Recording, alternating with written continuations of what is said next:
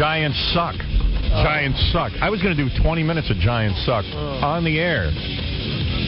But I realize now that might get kind of dull. Giants suck. Well, you could go to specific guys on the team after the Giants. I officially got into football this weekend. Yeah, this was the weekend to get into it. Yeah, I had a great weekend. I watched Pittsburgh and Cleveland. Great game. Great game. You didn't watch Saturday? You didn't watch the Jets? Of course I did. Oh. Of course I did. That's true. I shouldn't forget that huge win of the Jets, and I love that. That was fun to watch just to see them romp. But your buddies on Pittsburgh? Yeah. Did he play? You know, I don't know. I didn't see him in the game. Didn't hear his name either. No, Marco. But I think that what it is he just got on the team like 2 weeks ago, and they're not going to. I don't know. I don't know that he doesn't know the system, and they're not going to play him that much. I don't know. I don't know what goes on with that. History. He has a history of not getting on that field. Yeah, because here's the deal: if they traded for him 2 weeks ago, if he has to learn the system, why would they trade for him? No, I think they have him on hold if somebody gets injured. Like they a reserve guy. Yeah, they got to have that. That's the best because you get a ring if you win it all. You don't have to get injured. Me and my girlfriend were talking about that because we're friends with Marco. Yeah. If Marco gets a Super Bowl ring, is it good if you don't get to play? I think it's not. If you haven't contributed even a little bit, I don't know, man. I'd take it. You know, they interviewed Vinny Testaverde, and he said, I want a ring, and if it means Chad Pennington to get me a ring, then I will take the ring with Chad Pennington being I heard that, and I don't believe it. No, but here's the difference. Well, Vinny's made him. Vinny has said that, he's trained Chad Pennington, and he's for 2 years been, working with him, and he's made a contribution to the team. He helped the guy be a good quarterback. I mean, but it's still not you on the, marshaling the team down the field and taking the, wearing the ring. What does that mean? Chad Pennington got it. All I know is good to be back here. It's about 190 degrees in the studio, and I'm really ready to drop dead already, and I've been gone 2 weeks. My Yoo-hoo is coagulating. Yeah, I mean, we gotta. Your milk has already turned. Huh? Jesus. Either turn off all the lights or something. Oh my God! Well, you know what the deal is? Scott, the engineer's not here. So nobody knows what. So nobody knows what to do. Nobody knows how to work the heat. He's moving today. Well, can somebody figure out how to work the heat? It can't be that complicated. No one learned our system. Speaking of football, can I talk to you about our contest? What went on with our contest? I was wondering about that yesterday. Why don't I set the agenda? Okay. We've got time on that. Right. We've got time. Baba Booey's setting the agenda. Well, because sometimes you want me to remind you stuff. I know. I wouldn't try. Not today. Not right now. Today I don't need you to remind me of anything. Don't remind him now. That was yesterday. Baba Booey. All right, so I watched Pittsburgh and Cleveland. That was good. Great game. Although if you're a Cleveland fan, you got to be kicking yourself in the head. Terrible. Yeah. The Jets romped, but I don't know how real that is. Like, you can't tell with that. Was that a good team? I think it was. I think, they were pretty good. They're in the playoffs. Yeah. I was at the Jet game with a flask, a brand new flask, and they looked amazing, man. Yeah, I mean, they seem like supermen at this point. That Pennington guy, I mean, he looks like a Hall of Fame quarterback. Yeah. Isn't it also because none of them can figure out what he's up to because he's so new? No. I just think he's really a solid. Sharp, yeah. He keeps his head cool under pressure, and he rolls out and hits these touchdown passes. And I mean, the Colts aren't a great team, but the Jets looked unbelievable. Sounds like you're in love. Yeah, everybody's. I love that Chad Pennington. Talk to me about what's in the flask. What'd you have? I had a little Johnny Black. Now, how big is the flask? Because you're a degenerate, so I like to find out. I was at a Jet game, No, you needed it. It was cold. Yeah, it was freezing. Yeah. But how big is the flask? I mean, is it like a pint of no, it's little thing. You've seen flasks. And what's the move? Do you keep it in your pocket and it's funny. That's the kind of thing you don't want people. I notice guys with flasks, they don't want people to see them sipping. It's funny. There's a huge line to get in the Jet game, right? It's not for people taking tickets. Since 9/11, of course, every single person has to get frisked. You got to get there early. Everybody. Yeah. And I guess you're not allowed to take a flask in a game, but these guys frisking you, they're just looking for guns. Right. The guy felt my flask, and he feels it, and he goes, yeah, you got a Pico down. That's warm, isn't it? You got a what? He goes, I had a Pico down. He goes, that warm. It's warm, isn't it? He slapped my flask. He goes, get in there, have a good time. Your new best friend. Everyone had a flask. He would have been able to do it. So let me ask you about the flask. Yeah. Where do you get this flask? Like, do you own one? I own a flask. Yeah. And how big is the flask? It's like a quart. Yeah, like a quart. Yeah. Oh, a quart? No, it's not a quart. It's like a half pint. Math, like a half a pint. Yeah. And where do you keep it? Like in the coat pocket? I got a big pea coat that I wear. I think if I had a flask, I'd want to pull it out like out of my top pocket. Right, I keep it here. But the move is, if they see you drinking out of a flask, they'll kick you out. So they sell them, the big Coors Light beers are plastic. Mm-hmm. You finish a beer real quick, and then in the bathroom you pour all the Johnny Black into the Coors Light. Right. So you drink. It looks like you're drinking a beer, but you're getting over on them because you're drinking Johnny Black. Nice move. Way to go, brother. And then you just drink the same beer for 4 quarters. Don't you, when you go to a game, you just get up and go? You don't think about, putting liquid in your coat? Well, if you got a problem, you do. Now, Artie, are you one of those... I'm just saying, normal people just get up and go somewhere. Yeah. Artie has to do all this planning. Hey, he prepares. A jet you gotta, I don't know. A jet game is a lot of fun. Agenda he's got to get Artie, through. Are you one of those guys who knows exactly when they stop selling beer, so you go and get the 4 at a time? Yeah, the baseball game, it's the 6th inning now. Yeah. What's up? How usually those guys who check you are such pricks. I mean, like one time, it's hard to sneak beers into Jet Stadium. I mean, more than my friend dressed as Santa Claus one time. They had 18 beers. We dumped a case. We put them in. You guys are like terrorists. Instead of bombs, you got beers strapped to you. They had beers strapped to themselves. They stopped Santa, and they made Santa take all of his beers out. His kids walking by, and Santa's dumping all the beers out. Not in front of the kids. You ain't getting nothing for Christmas. Yeah. Give you an idea. Casey's agenda at his family. For a wedding, they were all groomsmen. They all got Jet flasks. That was their gift. Nice. With the name on it. Jet! Engraved in it.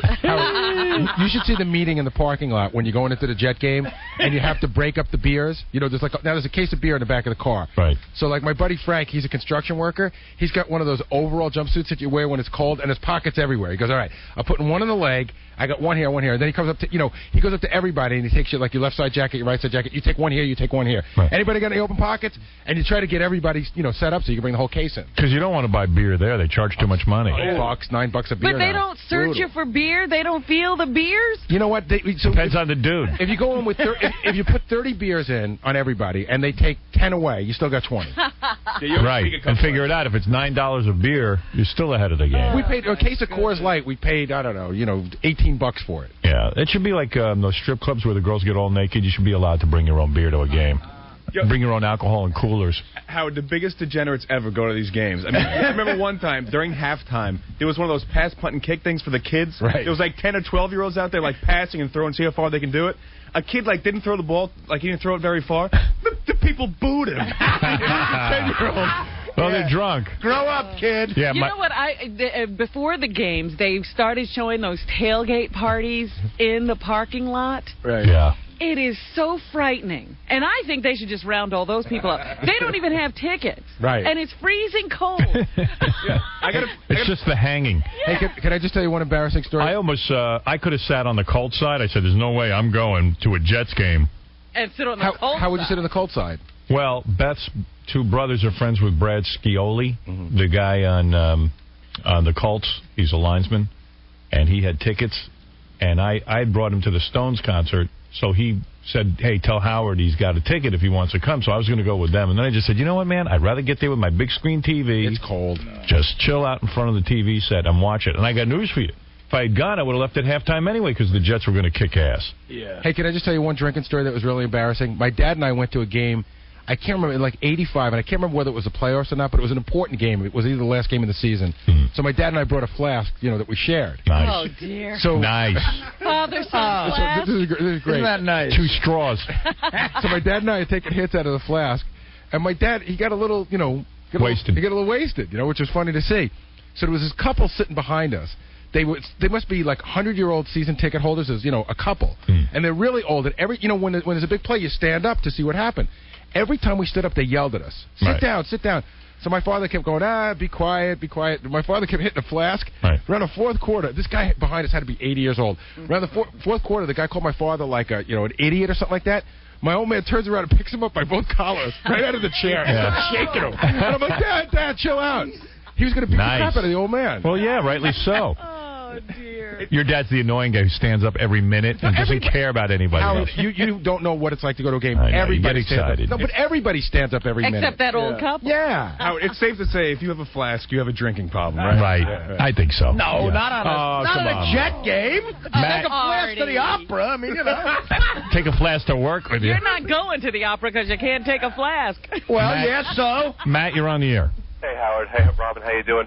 First of all, the flask is necessary for anything you do. Going It is. out, going to sporting events. Weddings. I have one. Believe me, dude. I like everywhere I go. I think I drank every night of vacation, and I'm almost up to the flask. Well, you know what? That's why I said, now I know what to get you. I'm going to get you a Give me a nice flask. By the way, Not only saving money. Robin, your gift to me, which was a big bottle of champagne, one of your gifts, that went the first night. That was the you got home, pop that up. That was gone. That is the best goddamn champagne. She got me a bottle of Cristal. No, it wasn't Cristal. Yes, it I is. got you. What was it? Krug.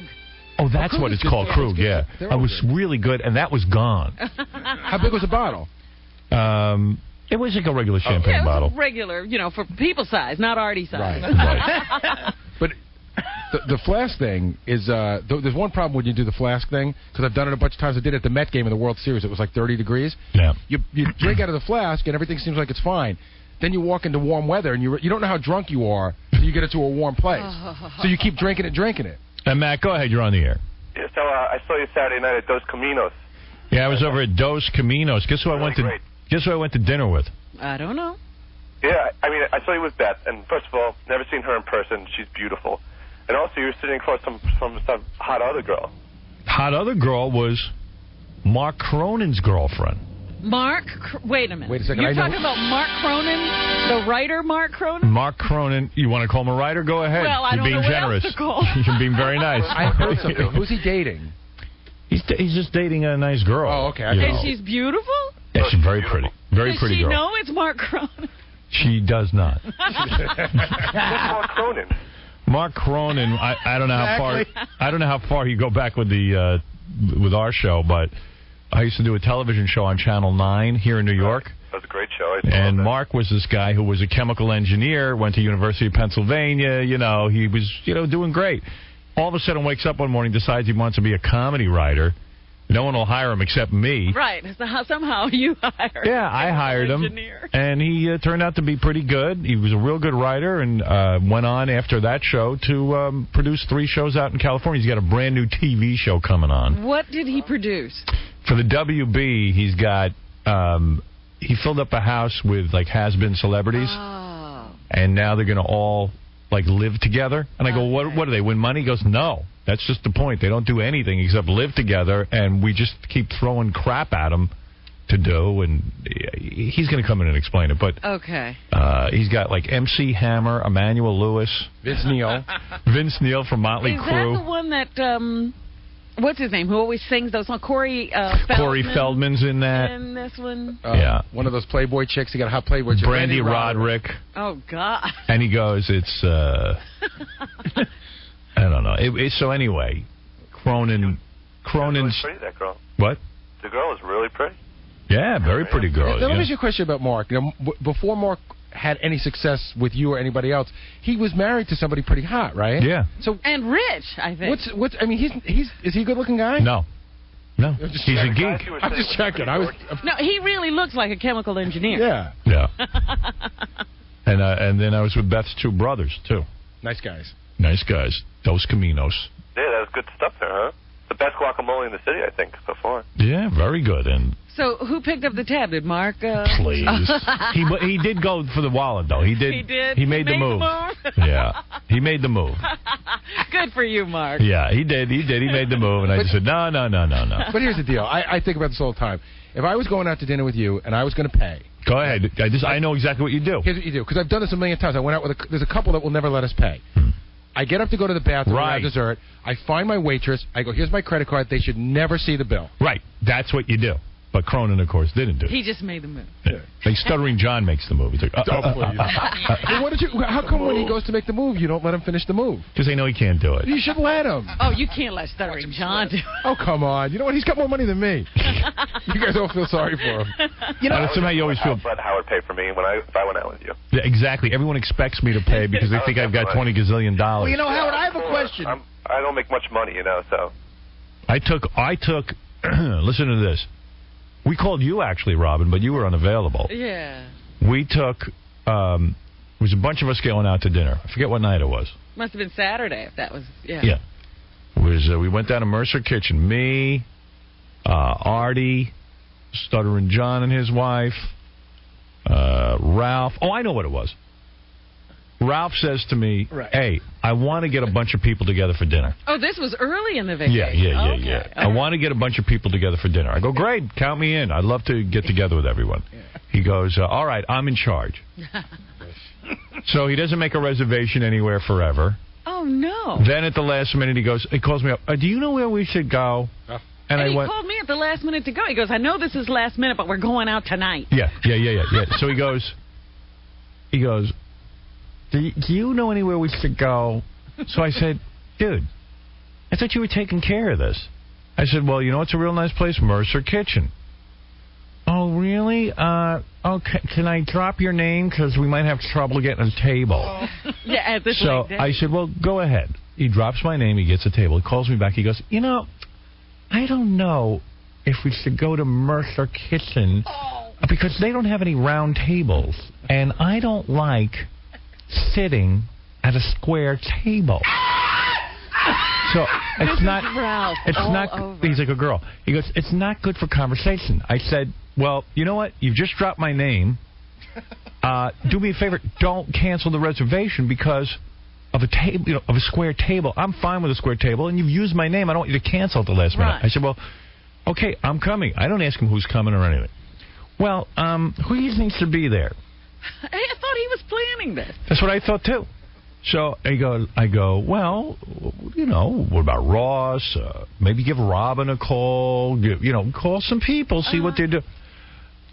Yeah, I'll call some people. So now, this was supposed to be done days ago. See, that's why you got the call. Right, at the last minute. Yeah. Who else should I call? So I said, well, what about Artie? Some people. Get together with some people. He doesn't know anybody. Right. So I show up. I get there. Ralph, by the way, comes over to my apartment because he wants to ride down to the place. Oh. He's throwing a party, but you have to get him there. Yeah. So I take him. We go down there. Everybody's there. There's a square table. There's 3 seats left. One for me, one for Beth, one for Ralph. Ralph plants himself. There's 2 seats next to each other, which you would think would be for me and Beth to sit next to each other. And there's one all the way at the end where Ralph will be in Siberia. Right. And Ralph plants himself down where me and Beth should be sitting. And because he doesn't want to sit. He takes one of the 2 seats that are together. Yeah, because he hates a square table and doesn't want to be at the end. Right. So I said to Beth, well, there's no room for us. We'll go to another table. So Ralph begrudgingly moves to Siberia at the end of the table and is pouting the entire friggin' time because he's not in the midst of all the action. Right, where he thinks the good spot is. And believe me, I was at the end of the table, too. It makes no difference. But then when he got enough alcohol, he couldn't care less. Alcohol turns you into a man. Went from being a crying girl to a man. That was a fun night. You had the Chopin vodka that night. Yeah, it was loaded. So anyway, then the bell comes. Yeah. And it's Ralph's party. It's Ralph's party. I see nobody reaching for the bill. The bill's been laying there for for an hour. I reached. Yeah, I saw you do the reach. But you couldn't reach it? Yeah, you couldn't reach it. He was very far away from it. He tried. Yeah. So I just said, you know what? I'll pay for the whole thing. Boom. Very nice. Thank you. Yeah. He thanks you belatedly. Yeah. Very nice. So I paid for the thing. I love all these people who are so willing to accept invitations and never pay. I was a guest, and all I know is invited you. I paid for the whole thing. And to me, if someone really wants to pay, they go up to the waiter, as Gary was saying. Right. You go up and you talk to the person during it. Especially if you've arranged a party. Right. You go in and you say, make sure I get the bill. Yeah. Well, yeah, he should. Well, I mean, I couldn't pay for the whole 12 people, though. Yeah, you want to be sitting there splitting everything I would have up. paid for me and He would Howard. have been like, I had the lobster salad. Right. Oh, I hate that. Yeah. And then I have horrible fits that they've made the reservation in my name, and then no one will leave a good tip if we all split it up. Right, because then there's cheaping out on the tip, too. When they don't include the tax when they're splitting things up. They do a horrible thing. Yeah. Ralph billed it to me as him and Booker were having a Christmas party. Yeah. Well, that Howard will pay for. Yeah. I said, all right, where is it? Great. Him and Booker were having a Christmas party. That's what he said. Boy, I didn't even see Booker make the move with the credit card. Well, yeah, when Ralph left the message on my machine, he said, I'm thinking of getting people together. Well, he gets them together and I pay. I love that. And he's the hero. Oh, boy. He's invited you. It's Ralph. I'm trying to figure out a place where Howard could buy us dinner. Do you have? Howard, where do you want to buy dinner? Howard's buying dinner tonight. Who wants to go? Do you have any suggestions? Since Howard's paying, he should pick the restaurant. That's my call. Has he ever paid at any of the times you ever? One time he paid and his credit card bounced. That was the best. That was the best. That was the best. I finally broke down and said, okay, I'll let him pay. Let's see what happens. They come back to the table. I'm sorry, Mr. Sorella. Your card has expired or denied or something. He goes,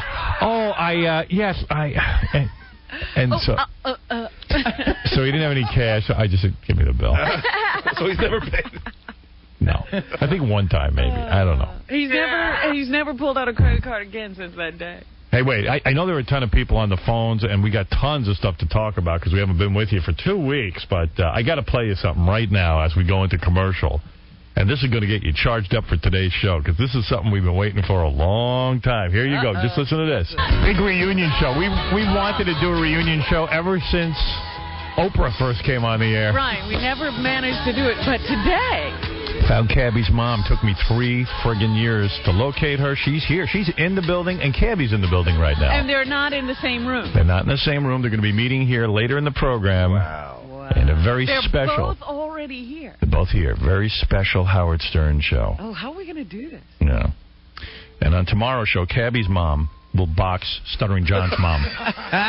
No, what are we doing? Are we meeting Cabby first? Or? I thought it through for the entire vacation. We're going to meet Cabby first. Oh, God. Because really, we should leave the surprise. It's Cabby's moment. Right. And then his mother will walk in. And after all these years of searching, Cabby. She wasn't looking for him, though. No. Not till we found her. No.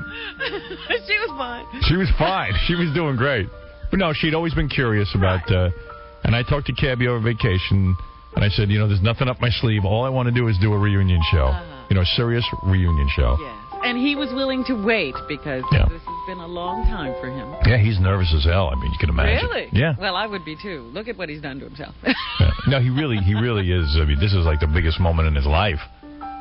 He's like, oh, my God, this is like earth-shattering. Hey, Howard. Is he with? We're having somebody here to assist him. No, Cabby doesn't want any assistance. He's going to have I think his girlfriend's going to be here. Okay. Somebody. Yeah, someone will be here to carry him out. Yeah. Can we talk about how Cabby called us over the vacation and like? Yeah, let's do that when we get back. All right. Because I really do want to. We had I rambling. just want to thank you, Howard. A few months ago, I won a big screen TV from the show, and it's awesome. Oh, good. You mean you actually got it? Yeah, Tom Gizamondo. I worked with him. I worked with Tom Gizamondo. He really hooked me up really nice. You didn't have to call 7 on your side? It's funny because I won it in end of August, September, and I probably didn't get it until about a month ago. So wow. Wow. It's great. On this station, a lot of times our listeners have to almost sue the radio station to get their prizes. Well, look at how long I had to call every week. I'm like, what's going on? What's going on? We're working on it. We're working on it. We'll get it to you soon. I didn't want to be like a pain in the butt because, I did win this awesome prize. And You think we work for a small company? Like, I worked for a small radio station, my first job, and we all used to race to the bank because if you got there last, sometimes your check wouldn't clear. Absolutely. I remember those days. I mean, that's almost like our prize closet. Yeah. All right, listen, I got to take a break. We got a huge show for you today, including the Mother and Child reunion, for crying out loud. Also, we've got the results of our football pool. $25,000 football pool. Yeah, I'd like to know who won. And there's just so much stuff to talk about. But first, these words. We're going to do a reunion between Cabby and his mother. How old is Cabby? I don't know, 30-something? 34. Yeah. 34. Yeah. Never known his real mother. We're going to find out why she gave him away. It's going to be perfect. I'm going to be Oprah, and Robin, you can be Oprah Jr. Well, other people do. I'll be Sally Jesse. All right. No, you be Dr. Phil. I'll be Oprah. Oh no, Dr. Phil. What's wrong with you, son? Part of Dad, don't you understand? What part of you don't understand your mama didn't want you? Your son has an enormous 3 on his neck. What does that mean to you? What part of worthless can you not comprehend? Well, anyway, I'm excited for Cabby. I really am. I truly, truly am excited for him. And I've been talking to him over the vacation, and, he's just beside himself. Chris, you're on the air. Hey, Howard. How you doing? Good. Yeah, good. I just want to commend you. I think this is a great thing, what you're doing. And I like this. This is a good side of you. Yeah, I'm really excited for Cabby. And actually, we've kind of communicated with Cabby's mom, and she's real excited. At first, she was like, oh, gee, the Howard Stern show, they're setting me up for disaster, blah, blah, blah, blah, blah. And not only that, I mean, this was out of the blue. She didn't know that her son was looking for her. No, she didn't. And so then, she was thinking about it, and then she decided to do it, and then she did some research of her own, and she's aware of who her son is. She researched him. Yeah, a little bit. And, she's like, oh, he's cute. Oh, right? She looked at him? Yeah, she saw him somewhere. But we're not sure if she saw Kane or... Yeah, she probably thinks it's Kane. Oh. Because she goes, you know what? My son is so cute. She goes, he looks a lot like me, but much cuter. Right. Oh, my goodness. It is Kane. And I'm thinking... She might think it's Kane that's Cabby. I don't know. But anyway, it's going to be a great show. And if he looks like her, I hope for her case it is Kane. But anyway, oh my goodness! Well, it's great, man. I think you're doing a great job. It is great, and and she's excited, and he's excited, and it's going to be a great moment on the show, and that's going to be happening in the next hour. Okay? Yeah, the softer side of Howard. I like it. There you go, brother. The new Howard. The new Howard, if you will. New Howard. The 2003. The new Howard. I'll tell you about my vacation. I want to. We were in here having the funniest discussion about New Year's Eve and vacation. Because I said to Artie, "What'd you do New Year's?" And he goes, "Oh, I took Dana up to Vermont for a little, Vermont New Year's Eve." Yeah. He goes, and that's what were you doing? Snowboarding? I went snowmobiling. He went snowmobiling, and he goes, and that's another flask activity. Everything with the flask. I tell you, it makes everything a little more interesting. It's the adult baby bottle. Yeah. You got your bottle with you? Sure. Yeah, did you pack your nappies in your bottle? Yeah, little Johnny Black. I like that you didn't do anything physical. You were on a machine. No, I don't ski. I skied once in my life, and it went horribly bad. I'll never ski. It's really dangerous if you don't. It looks like fun if you know what you're doing. It's fun. Yeah, I know what you're doing. I have such a phobia about it because when I was 13, well, actually when my cousin Paul was 13, so I was about 11, he went on a ski trip, and he came back there to remove all the cartilage in his knee, and his knee was never the same, and I just was like, you know what? Maybe it's a great feeling, but I like the feeling of walking on my actual cartilage. There are thousands and thousands. Well, what's that newswoman? Every time she goes skiing, she breaks her ankle or something. Yeah, on Fox. Paula's on, yeah. But everybody else manages to get back without injury. Not really. I'll tell you something. What? You ask Gary about his son. When you go skiing with the family, Howard, let me tell you what kind of work you're talking about. Yeah. So you got 4 sets of skis, me, my wife, and the 2 kids, right? You pull up to the 2-minute unloading zone. Now I unload all the skis and all the boots, right? Now they stand there. I got to run and park the car like a mile away. Now I run back. Now I got to carry like 3 sets of skis because my kids can't carry their own skis because they got the boots on now. Yeah. You can't walk in those boots. Then it's exhausting. Lucas goes to ski. Wait, listen. Lucas goes to ski school at 9 o'clock. So by the time you get him signed in and everything, Jackson's got to go to ski school at 9:45. Where's your wife in all this? Does she do anything? No, she's got Lucas. I'm pulling Jackson. We're all carrying stuff. How about she carries both kids? No, listen. While you park the car. So you get Jackson in at 9:45. Gary's pulling her on a sled. She's in another buggy he's pulling. I got Mary on the sled. I'm pulling her with my teeth. What does daddy equal slave? By On Dasher, on Gary. By the time you get the kids into ski school, right? Yeah. Now Mary and I go to put on our boots, get our skis on. We get on the slopes. It's 5 after 10. We got to pick up the first kid at 11:30. Where's the joy in that? Yeah, why are you doing we anything? Got 85 minutes of really good skiing in. Yeah. Seriously, are you just completely exhausted after a vacation Howard, like that? I was sweating. Crazy. 2 days, I'm sweating before I even put my boots on. Yeah. Because you're carrying and you're running and you're picking. But is there joy in it for you? There is, because it is fun to ski and it is fun to see them ski. But then the end of the day is the same thing. And Jackson got hurt. He did. But he had to be carried down on the stretcher. He had to go on the ski stretcher, yeah. What did he do? He twisted his, he messed up his knee a little bit. He's fine. Dude, I got 5 words for you. Sonny Bono. Okay? Oh, boy. Seriously. One guy skis into a tree. Skiing's a lot of work. We were up in Vermont, and Dana said to me, I think I might want to go skiing, like trying to prompt me to go, okay, I'll come with you. And I was like, all right, well. Have a good time. Yeah, I mean, so what are you going to do? I said, I'm going to go to the lodge and get a cheeseburger. Yeah. I actually got to do something I always wanted to do as a skier. I went up to Okemo with Bucky, one of our sales guys, who's an amazing skier. Right. And Bucky's an amazing Bucky is an amazing skier. And you know what I said to him? He got a little insulted. I said, Bucky, you're an amazing skier. I said, I'm shocked that you're an amazing skier. And he goes, why are you shocked? I go, because this is a giant pain in the ass that takes a lot of patience, and you're not a guy for patience or He just does not look like an athlete. Unbelievable. Jean-Claude Bucky. I mean, Howard, you look at him from behind, his skis are together. He's just such a fluid motion. It's so un-Bucky. Really? Yeah. Bucky Dent. Bucky becomes graceful on skis. Very graceful. So you went skiing with Bucky? Yeah. Wow. Jody and a couple other people. But I Sounds like a lot of fun. Living life in the fast lane. Yeah. I did the thing I always wanted to do. Yeah, but Alpine Bucky is different from radio station Bucky. I will tell you one thing about Bucky. Bucky's the funniest dude in the world. Bucky. His name's Bucky. He doesn't like to. He's not up with the times. Long on skis. See that grown man over there? Yeah, his name's Bucky. Yeah. Bucky doesn't like to move ahead with the times. Right. Like if you see the way people dress, right. Now most of the outfits are black and that whole thing. Bucky's old school. Bucky's wearing fire engine red ski pants. My goodness. And when I learned to ski, they didn't have black. Well, here's the funny thing: we're sitting on the lift, and he goes, I went to go buy new ski pants. He goes, you can't find red anywhere. Everything's black now. He wants red ski pants. Because you know who else wears red? Bozo. You can spot him a mile away. What do his skis look like? He's got the thin, long skis. I mean, the guy could ski. Wow. He dresses like a Von Trapp. But I did the thing I always wanted to do. The place I was staying, the condo that I was staying, you walk out, you go 20 feet, you put on your skis, and you go down the hill. Nice. You ski right up the mountain. No kids. You know what? I did that yesterday morning. I left the kids. I got up at 7 in the morning. Nice. My skis on by 7:45, and I was gone for 2.5 hours. When stuff's too much effort, it just ruins it for me because I get all crazed from it. Like the only thing I'm capable of handling for a vacation is going to one of these Caribbean islands, planting myself in a chair, and sitting there all friggin' day. But when you had littler kids, I couldn't go. He never took them skiing. Allison took the kids everywhere. I could not handle it. Hey, let me just get this going because I know Fridge is on the phone. So we had a football pool all year. 5 guys. Well, for the season. Yeah, for the season. And whoever picked the most winners, it was Casey, Gary's son, an 8-year-old, Jackson, Artie, William Refrigerator Perry, and a monkey. Yes.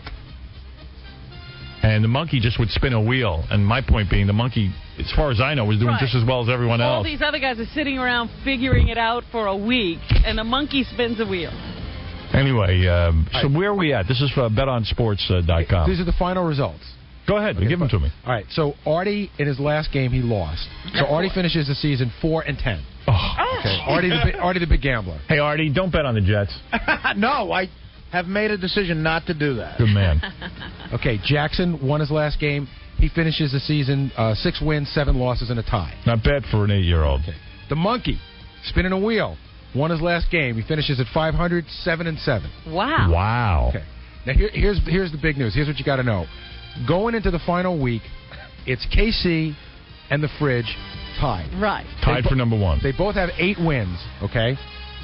Fridge picks a game. Buffalo giving 7 to the Bengals. I turn on the game. Buffalo's up like 28-0.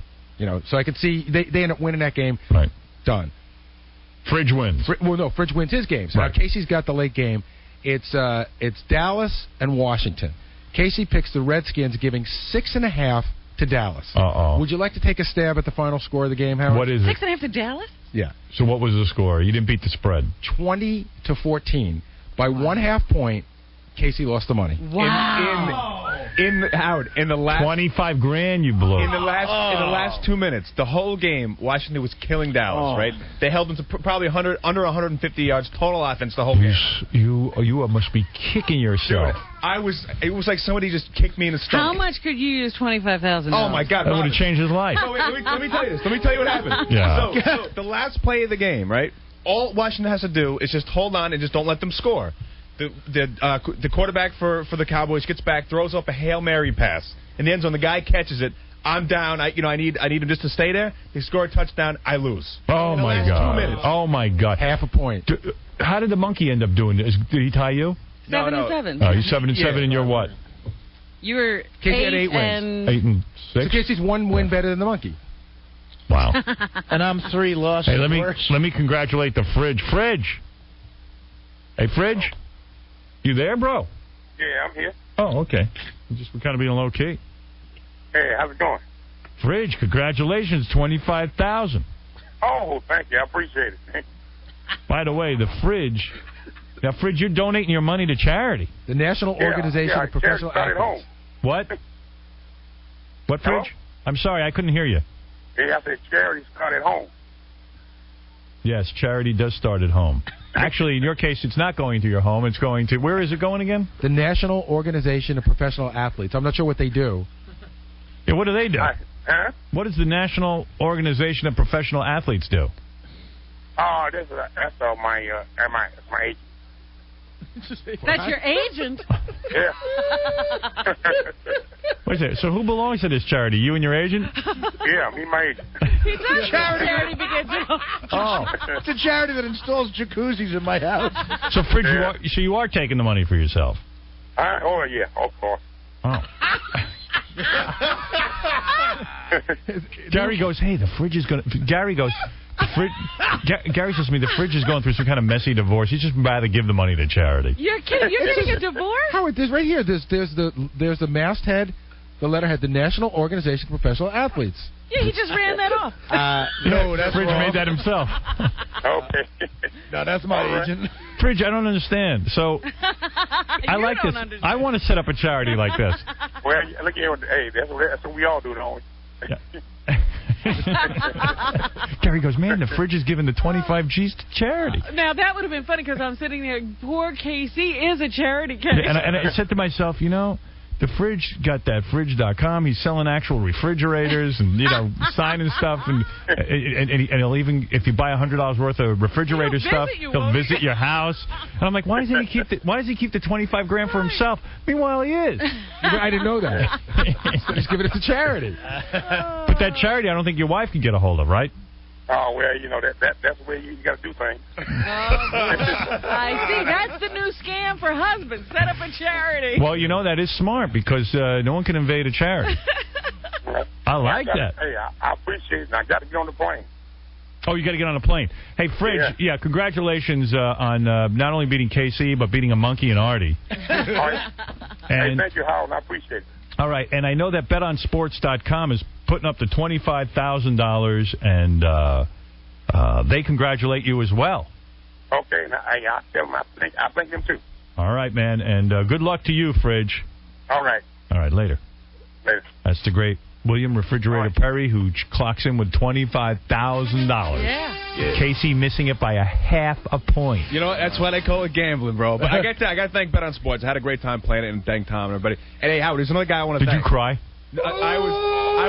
Oh, it's like somebody took the wind out of me. I was just sitting there. I was at a bar because it wasn't on like NBC or Yeah. You wouldn't mind if you got creamed. Right, but by that amount, I was so angry, and everybody was there. I just didn't say anything. I just got up and I left. I got my car and I left. It was a lonely ride home, man. But I just want to thank this guy that's helped me out doing these picks. This guy Keith from ShoreSports.com. He's a handicapper. He helped me out. The guy's awesome. I think we're doing a BetOnSports.com. No, he's a handicapper. It's not a betting thing. Oh. And he helped me out, give me all the picks and all the stats, stuff like that. And the guy kicks ass. He's awesome. All right, great. BetOnSports.com is the one you want to remember. Call Refrigerator Perry. Yeah, he beat you. No, we had a good pick, that last one. I didn't see that one coming. And 25 grand. So there's the outcome. It was close right down to the wire. You know what sucks? Casey could have won a guaranteed $6,000 at that point. if he Why? if he had bet against himself. No, at the end, Keith showed me how to hedge it. I hedged. I got $2,000 out of it. So I bet two on the other way. So I got $2,000. Like I bet against myself, right? Just in case I lost. Do you follow that? Yeah, I get it. So, I get it. You have tons of free time, is what I get out of that. No, I definitely had. I didn't put any money up for this contest. It's going to be great. Cabby's going to meet his mom, and I'm really happy for him. I know he's really excited. He's in the building. Let me ask you a question. Are they spending the day together? Yeah, I believe there's a whole plan involved. So Cabby is going to be brought in here. He's going to meet his mom. We're going to do the reunion. It's going to be very moving, I'm sure. And then they will get... coming up next? Should I get ready to cry? It's coming up very soon. Okay. I might drag it out a little more. Because I got to be, get some tissues in Well, here listen, just in case. Get ready to laugh if Cabby...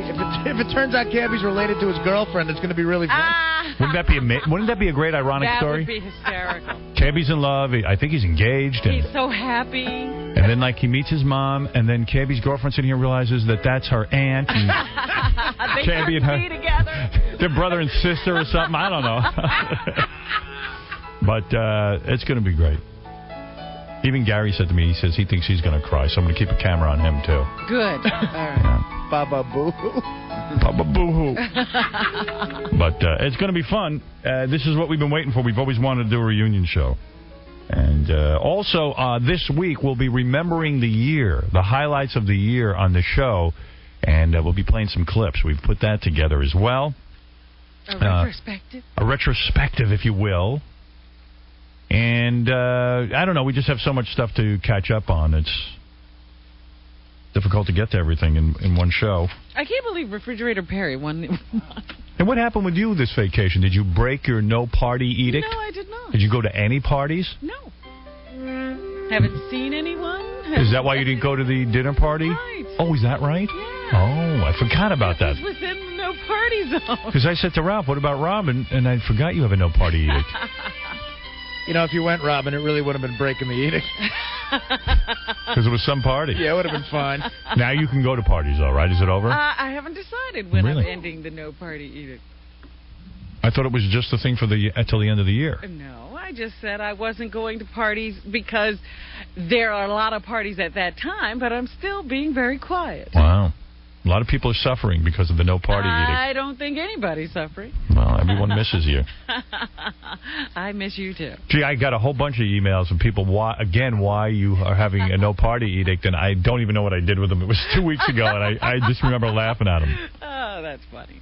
Yeah, so that's that. Let's say hello to a couple of listeners. It's been a while, and we'll catch up, and we've got the big Cabby reunion happening, and I have to say the Giants suck. I mean, I've never seen a game like that. I don't know what to make of it. Do you know what I am tired of hearing people say when I'm watching a Giants game? Jason Sehorn just can't cover that guy. Well, it's, the poontang. It's the poontang. Can't tackle anybody either. Too much Angie Harmon. He's the Anna Kournikova of football. Oh, he drives me crazy. Time to kick him out of professional football and let him lose that wife. Yeah. Unreal. Yeah. Hi, John. You're on the air. Hey, Hook Nose, you read me loud and clear? I read you loud and clear. Here we go. The beginning of the year. Welcome. Yeah, Hook Nose. Hey, this thing with you and Beth, it's a Jew scam. There is no way anyone can like you, Howard. It literally looks like somebody puked in a bag, shook it up, and that's your face. What do you have to say about that, asshole? Anyways, hey, you have a great New Year, you prick. All right, thank you. Contest is over. Yeah. Yeah, where was he last month? That was Bill Parcells.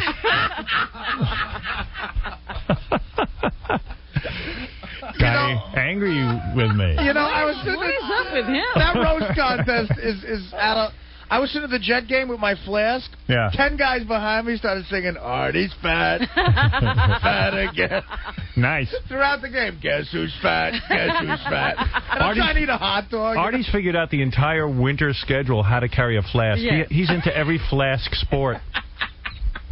He doesn't do it if you can't carry a flask. Well, Yeah. I mean, come on. I went out to dinner with him. What were you drinking that night? You weren't drinking very heavily. What were you having? Jack and water. Yeah. Well, you don't have to drink very heavily then. Half and half in a tall glass. John was giving me a lecture because I got bombed real quick. I was drinking vodka, and John goes, He's telling you how to spread it out. He goes, one of those vodkas equal 5 beers, and you're drinking too fast. Yeah, he says he paces himself so he could drink all night. Right, he would often say that he'd get like one martini and then start drinking beer. Because you know, like Howard doesn't. Like Howard will get one drink, of vodka.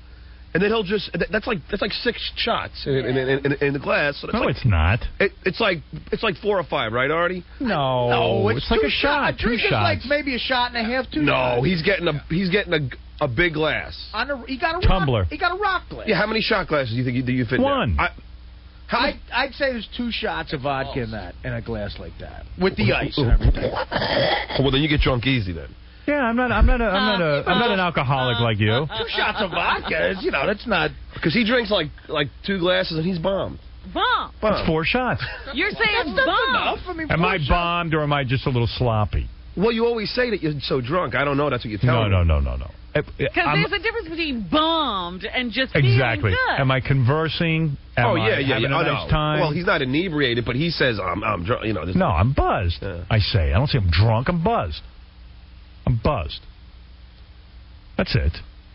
Yeah, and it was. With you guys, it's like, oh, you never admit to being high because then you're like a man. You came at my party for my party. You were bombed. Yeah, okay. Okay, you were like stumbling around. That was because I was drinking in my car. Yeah, not driving. But I don't think you realize when you drink vodka that's potent stuff.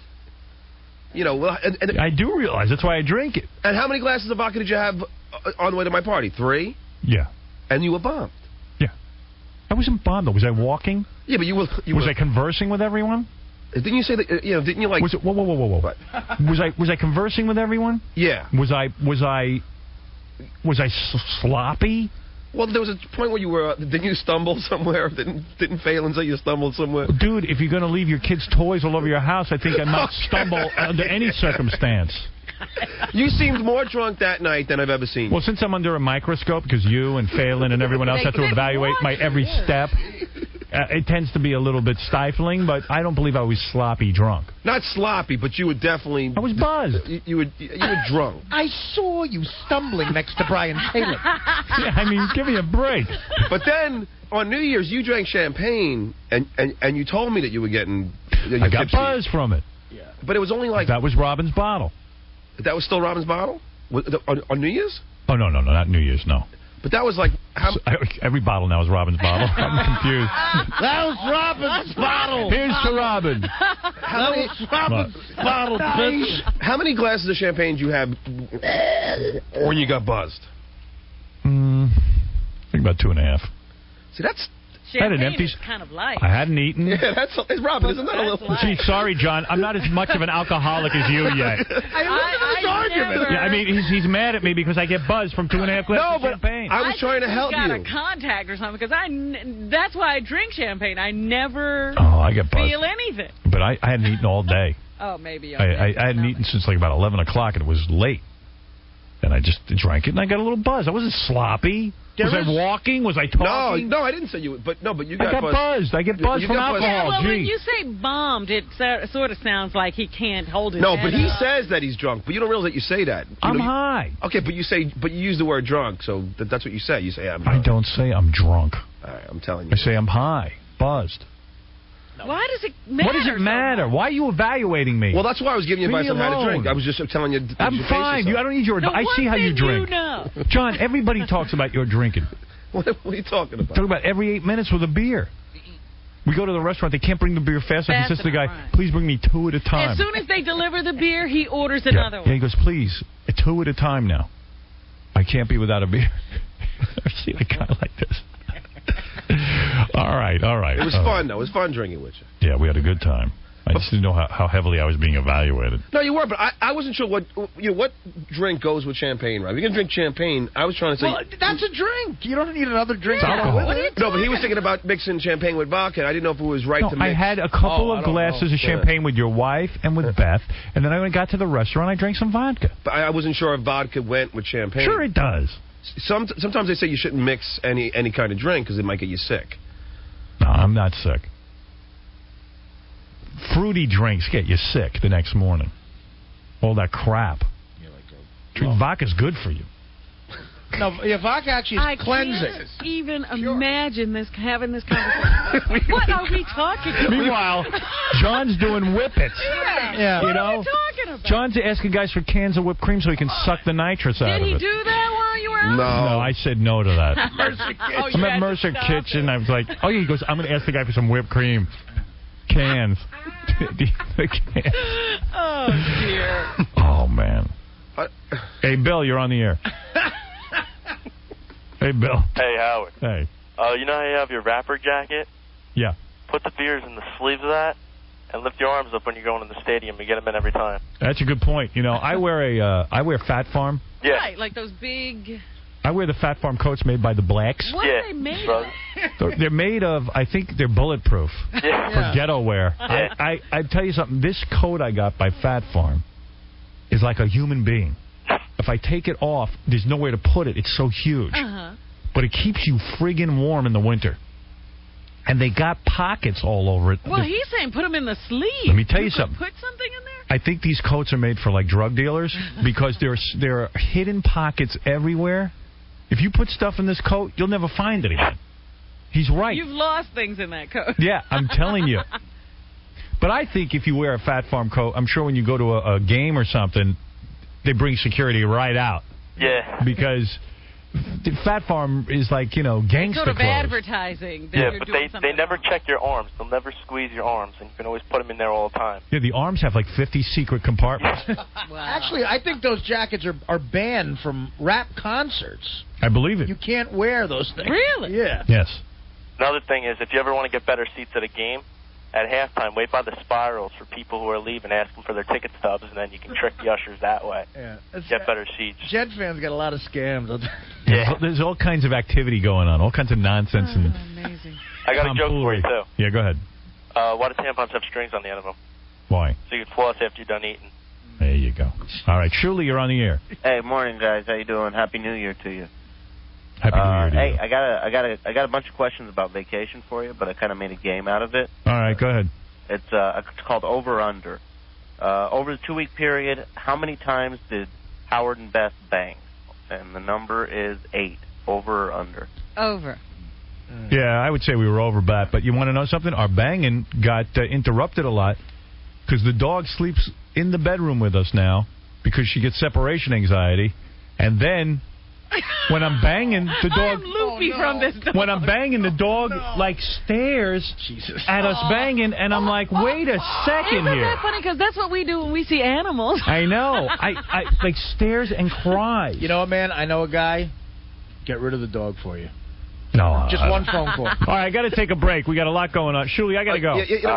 I'll get one more over under for Gary that I like. All right, real quick. Oh, yeah. Over under. Over the 2 weeks, how many times do you think Gary got to sleep in? The over under is 4. Over under 4? Under. Yeah. Under. You didn't get to sleep in. You know what? dude. Here's the deal. It's the contest is off. I woke up every day on the vacation. Don't ask me why. 6:30. I got out of bed Me because too. I just woke up every day, and I usually sleep late. You know what? I didn't drink, and it makes a big difference. So every day I was up at 6:30. See, I woke up every day at 6:30 too. I had dinner and went out. You know, I don't know how you, seriously, I don't know how you change your schedule around, but I am like forever like latched into this morning routine. Yeah. Here I have all the time to sleep. If I go to bed at 3 in the morning, I'm up at 6. Yeah. I cannot do it any differently. It takes me a few days, but I get back into the. But Howard, You're an amazing man, are you? Oh, thank you. But Howard, here's the question, Gary. Did you and your wife have a discussion where you said, "Listen, it's my vacation now. I want to sleep late"? No, he's given up on that discussion. No, we go every other day, but I got up every single day. I got up early. And what'd you do? You bathed the boys and... No, you know, I was up before the kids. Yeah. Like, I would get up, and I would be up an hour before the kids got up. That's because you finally have an hour to yourself. You're so excited. You probably... I just couldn't sleep. Yeah. All right. Listen, I got to take a break. And we got a huge, big program, our first reunion show ever. Howard, how many seconds before Cabby starts crying? Over under 10. You know what? What's the over-under? 10 minutes? It's over 10 seconds. 10 seconds. Oh, under. Under, right? You know, Cabby just called us because he's quarantined somewhere, and he just called us like, "Can you please get the intern out of the office here? I need to be alone." Oh, he's milking he's this. already having You problems. don't even know. Over the vacation, Gary and Cabby called up at least, I don't know how many times, but said, "I need to talk to you guys, very serious." Howard and I are on the phone, at 3:30 in the afternoon on New Year's Eve. Are you conferencing? On New Year's Eve. And we're both, while we're waiting to get him on the phone, we're like, why are we doing this on our vacation? Because Cabby can make us. Yeah, because Cabby, he's got us because we're so into this reunion show. Yeah. You know what? It's worth it, man. I'm not the biggest fan of Cabby, but, good for him, man. I hope it works out for him. Yeah. We're all excited So about what this. is he talking about in this conference call that's so important? He wants assurances on how things are going to go, and, Mostly it was about John not being anywhere near the studio. He doesn't want Stuttering John in the studio. Oh, yeah? Yeah, he's adamant about that. He does not want Stuttering John in the studio. And I said, Cabby, I don't care what we got to do. This is going on the air. John is not in the studio. So at what point is John calling in? John's going to come in a disguise. Mostly the thing is, I had a list there because I remember I wrote it down, and on the top of the list was "Show me respect." Show me some respect. Oh, come on. How are we going to do that? It is a special day. Stay serious. Come on, this is a big day for him. He's finally meeting his mom. And you know what? I just met his mom. I just went to pick her up. Oh, you met her? She's in the green room. Wow. Oh, so you know what? Exactly what I expected. Just this nice, all right, sweet you know lady. What? I can't take it anymore. Let's do a commercial and then do the big reunion. Hey, Gary, make sure you explain to his mom what a DD-214 is before it comes out. All right. Come on. Don't. Hey, treat him with respect. Yes. So we were just talking Giants during the commercials, but and we had some funny observations. But the guy who screwed up the snap, he said his career is over. 17 years or something. He did it twice. Yeah. That last one he screwed up. He knows his career's over. It's done. It's done. It's over. You're done. No one can depend on you. Yeah, you can't snap the ball. They showed the guy practicing snaps right before that play. It was brutal. Sad. Brutal loss. All right, listen, I can't wait any longer. I'm going to bring Cabby and his girlfriend in right now. Cabby's girlfriend's name is Tara. She's coming in too? Yeah, Cabby requested if he could have his girlfriend here because he's hard. He's an emotional wreck. Yeah, well, he can't channel his energy. Uh-huh. Like he's back in the green room now, going, to Gary, like, tell John to get out of there. It was even before he comes in, and he's really. This is a tough Is day. he off his medication again? Did he go off medication? No, he's on his medication. Right. I can tell. His eyes look normal. There is beautiful Tara, Cabby's beautiful girlfriend. I didn't realize how cute you were. Good morning. He kept saying she was beautiful. He was right. Yeah. Tara, let me thank you for being here. I know Cabby can get so emotional that he might jump off the window. Might jump out the window. Now that she's here, I've got a lot of questions for her. Yeah, never mind your mother. Let's talk to your girlfriend. Cabby, how are you today? I'm always good, man. All right. How are you? Happy New Year. Happy holidays, everybody. Holidays. Happy New Year, Cabby. I have been searching for your mother for 3 years. Right. Almost as long as you have. Yeah. Ever since the day I met you, I said I wanted to do a reunion show. Yeah, it was one of the first things you said you were going to do for me. Yeah, well, I not only for you, but I'm doing it for me. I said, I want to do a reunion show. I love watching reunion shows. One of the first things you said you were going to do for... What else have you said you're going to do? I don't know what he's talking about. But seriously, I wanted to find your mother. I said, let me do it. And you were even like, I don't know. But then you said, yeah, go ahead. Find my mother. Right, well... Because you had been looking. You had no success, right? Well, I really never really looked as much as I always kind of wondered. And, when you're adopted, I think I was like 6 or 7. I was told I was adopted and kind of wore it as a badge of honor, Right. I don't know. It's today's weird, man. Have you gotten more ink, by the way, since last I saw you? The last one I got was on my elbow. Okay. By the wonderful and talented Mario Barr, Starlight Tattoos. Tara, you must love tattoo artists in the world. You must love tattooed guys. Well, I love it. You love it. Howard, she just bent over in the green room, and I'm not looking at your butt or anything, but I saw her whole back is tattooed. Is it? How great is that? What did you get? How great is that ass? No, it's not the whole back. It's just a little pretty bow. It's not that little. Really? How beautiful is she? Love of my life, man. What's going on? Are you guys going to get married? Oh, yeah. You're engaged, right? When is the wedding? I'm hoping I'm going to be invited. I don't want to miss it. Are we having a big ceremony? I was actually, yeah. She can marry us, because she graduated from school now. She's a mortician.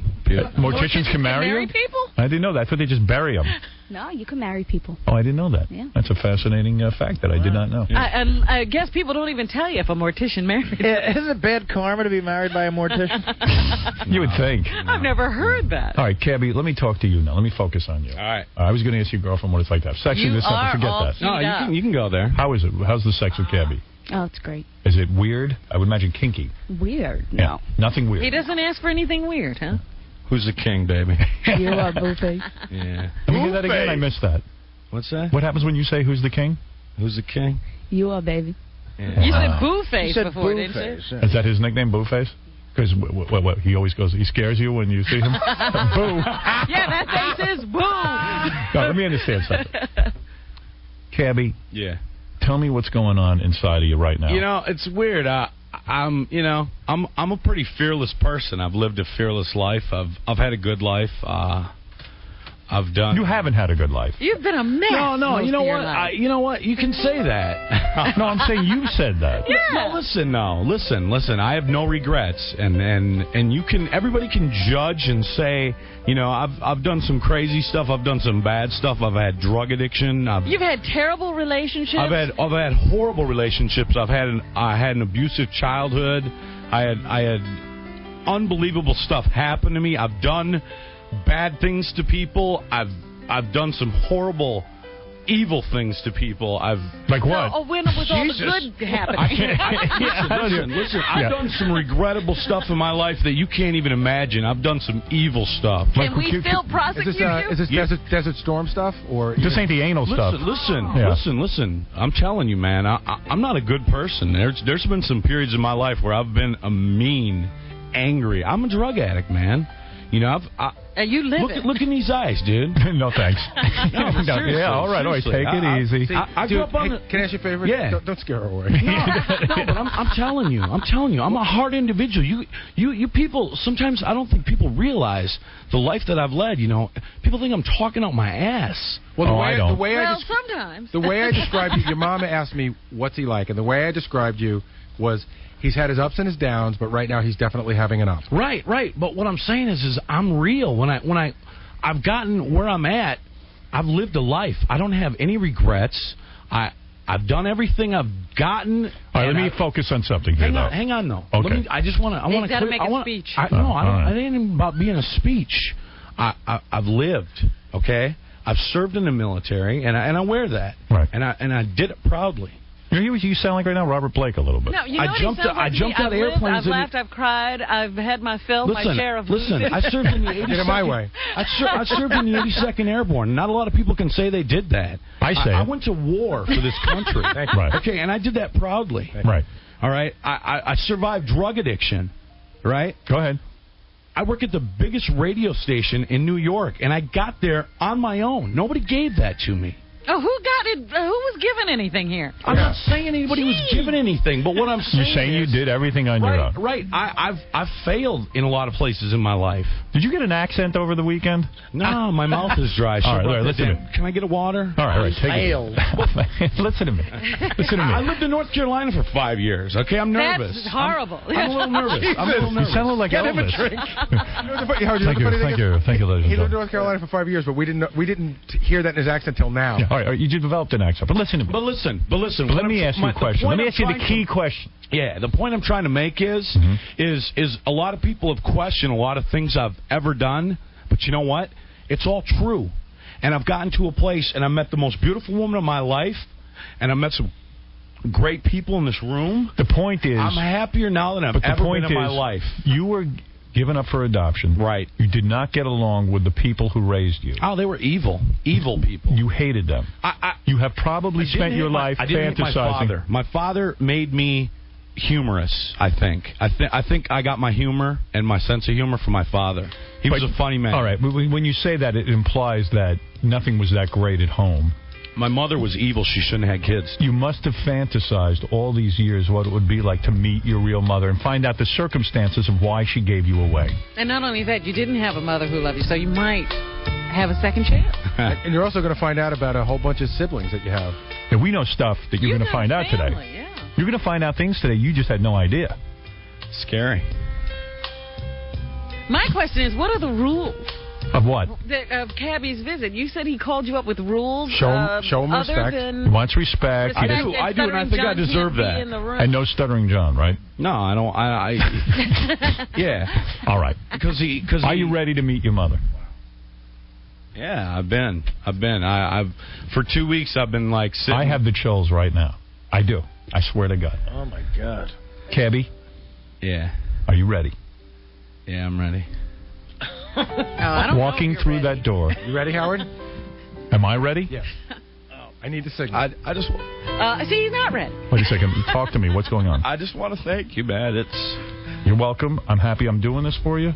And this is a very proud moment on the show. What does this mean to his girlfriend? I mean, how have you been going through? She's not my girlfriend. This is the woman I'm going to spend the rest of my life with. Excuse me. How has it been for her? This is the love of my life. I would kill everybody on the planet Earth. Great. Thank you. Jesus. I would take Saddam Hussein's nuclear weapons and kill everybody for this woman. I love her. I swear to God.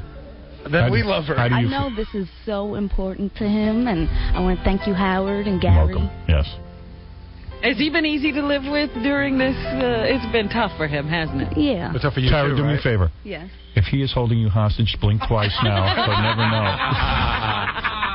All right. All right. She's rubbing his arm like he's a pet. Cabby. Oh, he is.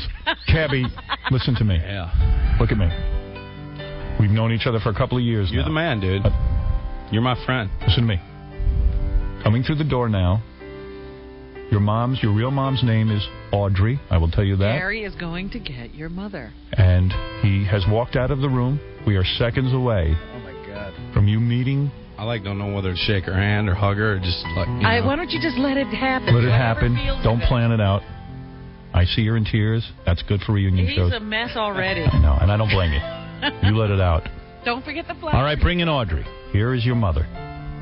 That's Audrey right there. Oh, my That's the woman who gave birth to Cabby. There he is. And they are saying hello, and they hugged, and they kissed.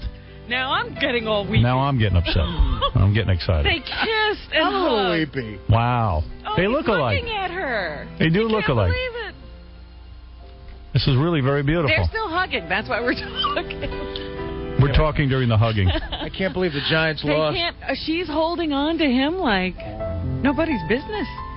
A couple of private words, then we can meet Audrey and talk to her. She can't believe she's looking at him. Yeah, that's him. Cabby, take a seat. And you know what? You look like your profiles are identical. Actually, alike. you actually look alike. Cabby, now you know where you Wow. got your look. Audrey, nice to meet you. Nice meeting you. Audrey, there's some flowers Cabby got for you. Very emotional moment. These are gonna fall She's out. having trouble I with know. headphones. Welcome to radio at our radio station. There you go. Welcome to hell. Yes. Welcome to hell. This is hell. This building is hell. How you doing? You know how I can tell she's my mom? How? Because she's got hands just like mine. They're soft. Well, I'll tell you how I can tell she's your mom. Look at the noses. The nose. It's the Right. same profile. Yeah, the hands. It's unbelievable. I actually got a tear. This is Tara. This is the love of my life. Audrey, I know you were nervous about us Wow, and the radio show. She does have the same exact There's nose. Satan. Yeah. Baby, how are you feeling? I mean, It's bizarre. It's wow. And her eyes. Audrey, it's kind of like looking in a mirror. What's it like for you to meet Lee as his real name? It's like looking in a mirror, is what he said. Yeah. It's really. I've never had a child that looked like me. Really? Really? Really. And you have other kids, right? Mhm. Wow. Well, Audrey, let me find out a little about Cabby, because I don't want to, drag it out or anything, but I do want to. You know, this is all too real now. Yeah, it's too real. Oprah's got a tough job. Audrey, when we first called you, you were suspicious, of course, because, Howard Stern Show has a reputation of being kind of wild in this, and I assured you. Right. Had you ever heard the show before or just heard of it? No, I've heard it. Okay. I've watched it. So I understand your hesitation. Right.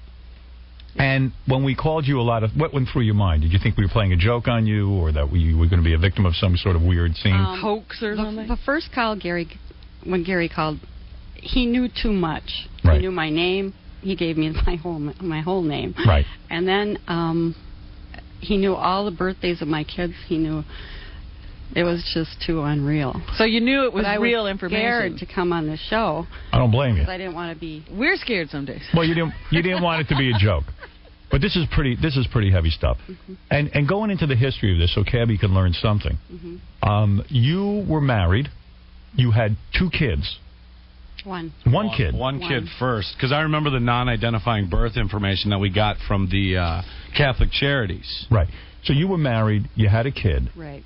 And I guess that marriage didn't work out. Right. Okay. How cool is that you can get movies on demand? I think that's amazing technology. I don't know if they have that all over the country right now, but on Time Warner here in New York, you can actually just... You follow that commercial? No. Okay, let me explain. I knew you didn't. Honestly, I'm curious, obviously. All right, you're sitting at home. Yeah. You go to channel 1000. Right. You say, I want to watch a movie. You see what's on the menu. You know, whatever. It's like a video story. I want to watch, Austin Powers. Right. Okay. You click on it, you order it. You have that movie for 24 hours, a full day. Wow.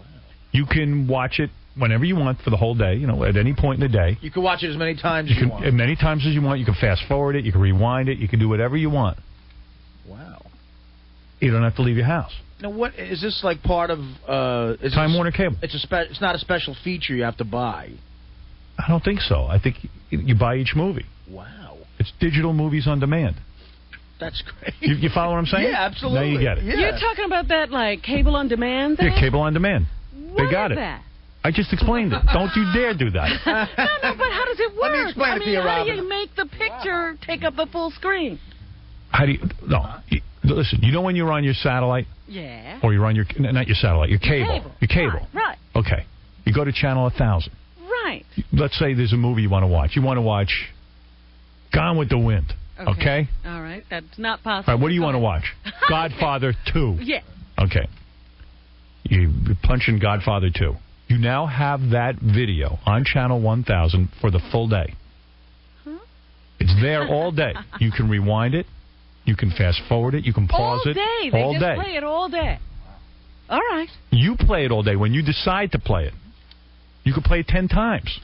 It's right there. Wait a minute. What do you mean play it? You mean you hit a button, play? Your play button. It's the best way to describe it, Robin, is your cable box almost acts like a TiVo in a way for 24 hours. Right, on that movie. It's like having a video you rent, but you don't have to go to the store right, or I ever understand that return part. it. But I have actually gone to the, it says Cinemax on Demand or something like that on my cable channel. Yeah. Is that what you're talking about? No. No. That's not what I'm talking about. You're not Time Warner Cable. Yes, I am. You are. So I'm talking about on channel 1000. It's like going to the video store. It's actually channel 1000.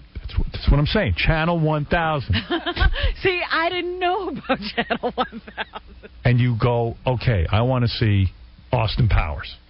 You order it, and you have it for the day. Do they list the movies they have, or you just... They list it. Ah. Whatever you I'm want. I'm going to go on channel 1000 today, see if you know what you're talking about. Why don't you go on there?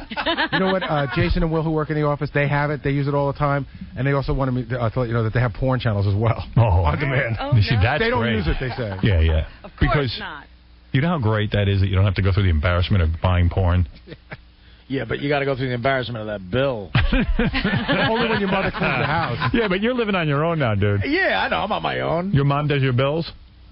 My mother acts as, like, my business manager. Yeah, I know. So You might want to end that. You couldn't find anybody else.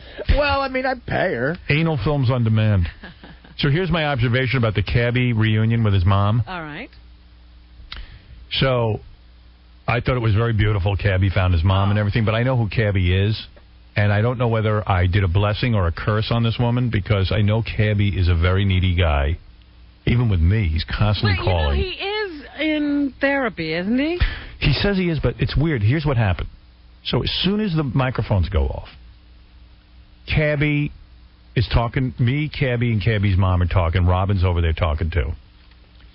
And Robin says something to Cabbie. What'd you say to Cabbie? I said to him, I asked him if he had any baby pictures. Yeah, because, it was a really beautiful moment. Well, And Audrey right away said, I would love to see baby pictures. Audrey's great. Cabbie's mom is great.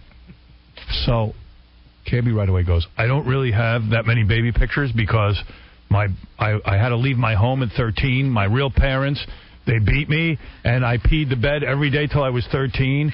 And as soon as I ran out of the home and lived in group homes, I stopped peeing in the bed. And I went to myself, oh, my God. He's known this woman for 30 seconds. And he's already he's angry. He's angry with her because he's dumping out how bad his life was because she gave him away. Your fault. It was, and she was kind of like wincing because she went, "Oh my God, I gave you to a bad family. I'm so sorry." I was saying it was. What is she supposed to say at that? Yeah. It was inappropriate to say like 10 seconds after you met her, much less in front of all of us. Oh, it's gonna go horribly. Remember when you whispered in my ear at the hospital, "You're going to a good family"? Guess again. He would have well said that. Yeah. Yeah, But he doesn't know he's angry. Those are the kind of things that might come up as response to some question. I only asked if he had baby pictures. Yeah. Right. Oh, that was it. But he worked right into. Robin, if you asked him, I'm with a crappy family. If I asked what Thanks a lot. it was, he would have worked it into Exactly. my family sucks. Cabby's a good guy. He has a good heart, but he really doesn't realize he's not in touch with how angry he is. Oh, yeah, not at all. He's not crazy Cabby. He's angry Cabby. You know what? And not, I mean, even all that writing all over his body is angry. Oh, my God. In fact, him sitting there with his mother, I went, I wish I could just erase all those tattoos right now. You didn't see, but at one point when Robin brought up the ink, she did make a funny face. Like, did you know about that too? She's like, ugh. Yeah. Don't you think, though, there's a part of you that would want to make your real mother feel guilty, just like human nature, if you went through But not the first second I met her. No. Yeah, well, that's I think at some point I would he like needs to get to know the woman before I dump my life on her. Right. I mean, but don't scare. But I you're mean, right. That give is me a the break. And then there was another weird thing. Cabby's mom was grabbing his hand, and she's such a nice woman. She touched his face. She grabbed his hand and hugged his hand because she felt like, wow, this is beautiful. Yeah. He would remove his hand from her hand and then grab his girlfriend. Wow. And not only that, you pointed out he wouldn't make eye contact with her. He could not make eye contact. He felt.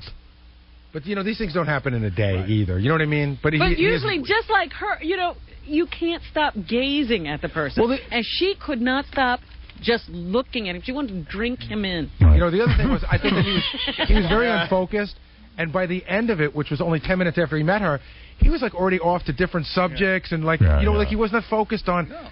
He was clearly angry and uncomfortable. Well, I even said to him, what is the plan for the day? Are you going to take her back to work with you so she can... Oh, yeah, where I get my 8 seconds to talk, but, Oh, my God. Anyway, so the Cabby mom reunion's going on, and I wasn't kidding. I think she will have to get a restraining order. That's going to be the funny moment. But a nice woman. Lovely. And I'm happy for Cabby, and I hope it all works out. I just hope he doesn't scare her off. I truly don't. Because he already was going through his history with her, and it wasn't pretty. I mean, he couldn't get it out fast enough. It was all coming out. 13, 13, peed my bed. Abusive. Group home. Crazy woman. Well, that was the opening line was because I was watching it. She said, "Do you have any pictures?" He goes, "No, because I'm at home. I left home when I was 13 and lived in group homes here and there." I just said that. He just gave a whole angry speech. Whoa. Yeah. You know what? I didn't even know that about him. No. Well, I don't even know not that his mother. I don't even know that it's true. Yeah, he might have had a lovely childhood. By 10:30, he'll be up to the glory holes. I was looking for a father, so I experimented. Oh my God! So anyway, the big reunion show. Audrey's a brave one. And you know what's going to happen? In a week. He's going to come to me and he's going to go, "Dude, can you find my father?" Yeah, that ain't happening. But it'll be off to a new subject. Yeah. Wow. Hey, Debbie Schlussel wants to bring up something, but I was just about to do this myself. So, Debbie, yes, I'm going to talk about this. About O.J.? Okay, she's gone anyway. Yeah, I heard something about O.J. What is he up to? O.J. went and visited the University of Southern California, USC. Is that where he went to school? Yeah, he went to their football practice, and if you see the videotape on television, they treated him like a visiting king. A dignitary. Like a dignitary. It was like the President of the United States had come in, and it was so friggin' offensive and disgusting, you wanted to puke. Why was he there? Did they invite him? Let's see. For the first time in more than 8 years, O.J. Simpson attended a USC football practice Saturday, mingling and chatting with players, giving some of them autographs, and posing for pictures with others. Really, man? I never thought I would be watching SC practice here on New Year's. Never, never, said Simpson, who was a star for the Trojans in the 60s. Simpson lives in Miami. Okay, we know all that. Simpson seemed in high spirits at the USC practice, pumping Coach Pete Carroll's hand and smiling. The coach was just ridiculous. He hugged many of the coaches and players, including this year's Heisman winner quarterback Carson Palmer. Carl Simpson congratulated Palmer, saying, "It's great to finally have another Heisman winner at SC." Yeah, wish you had yours.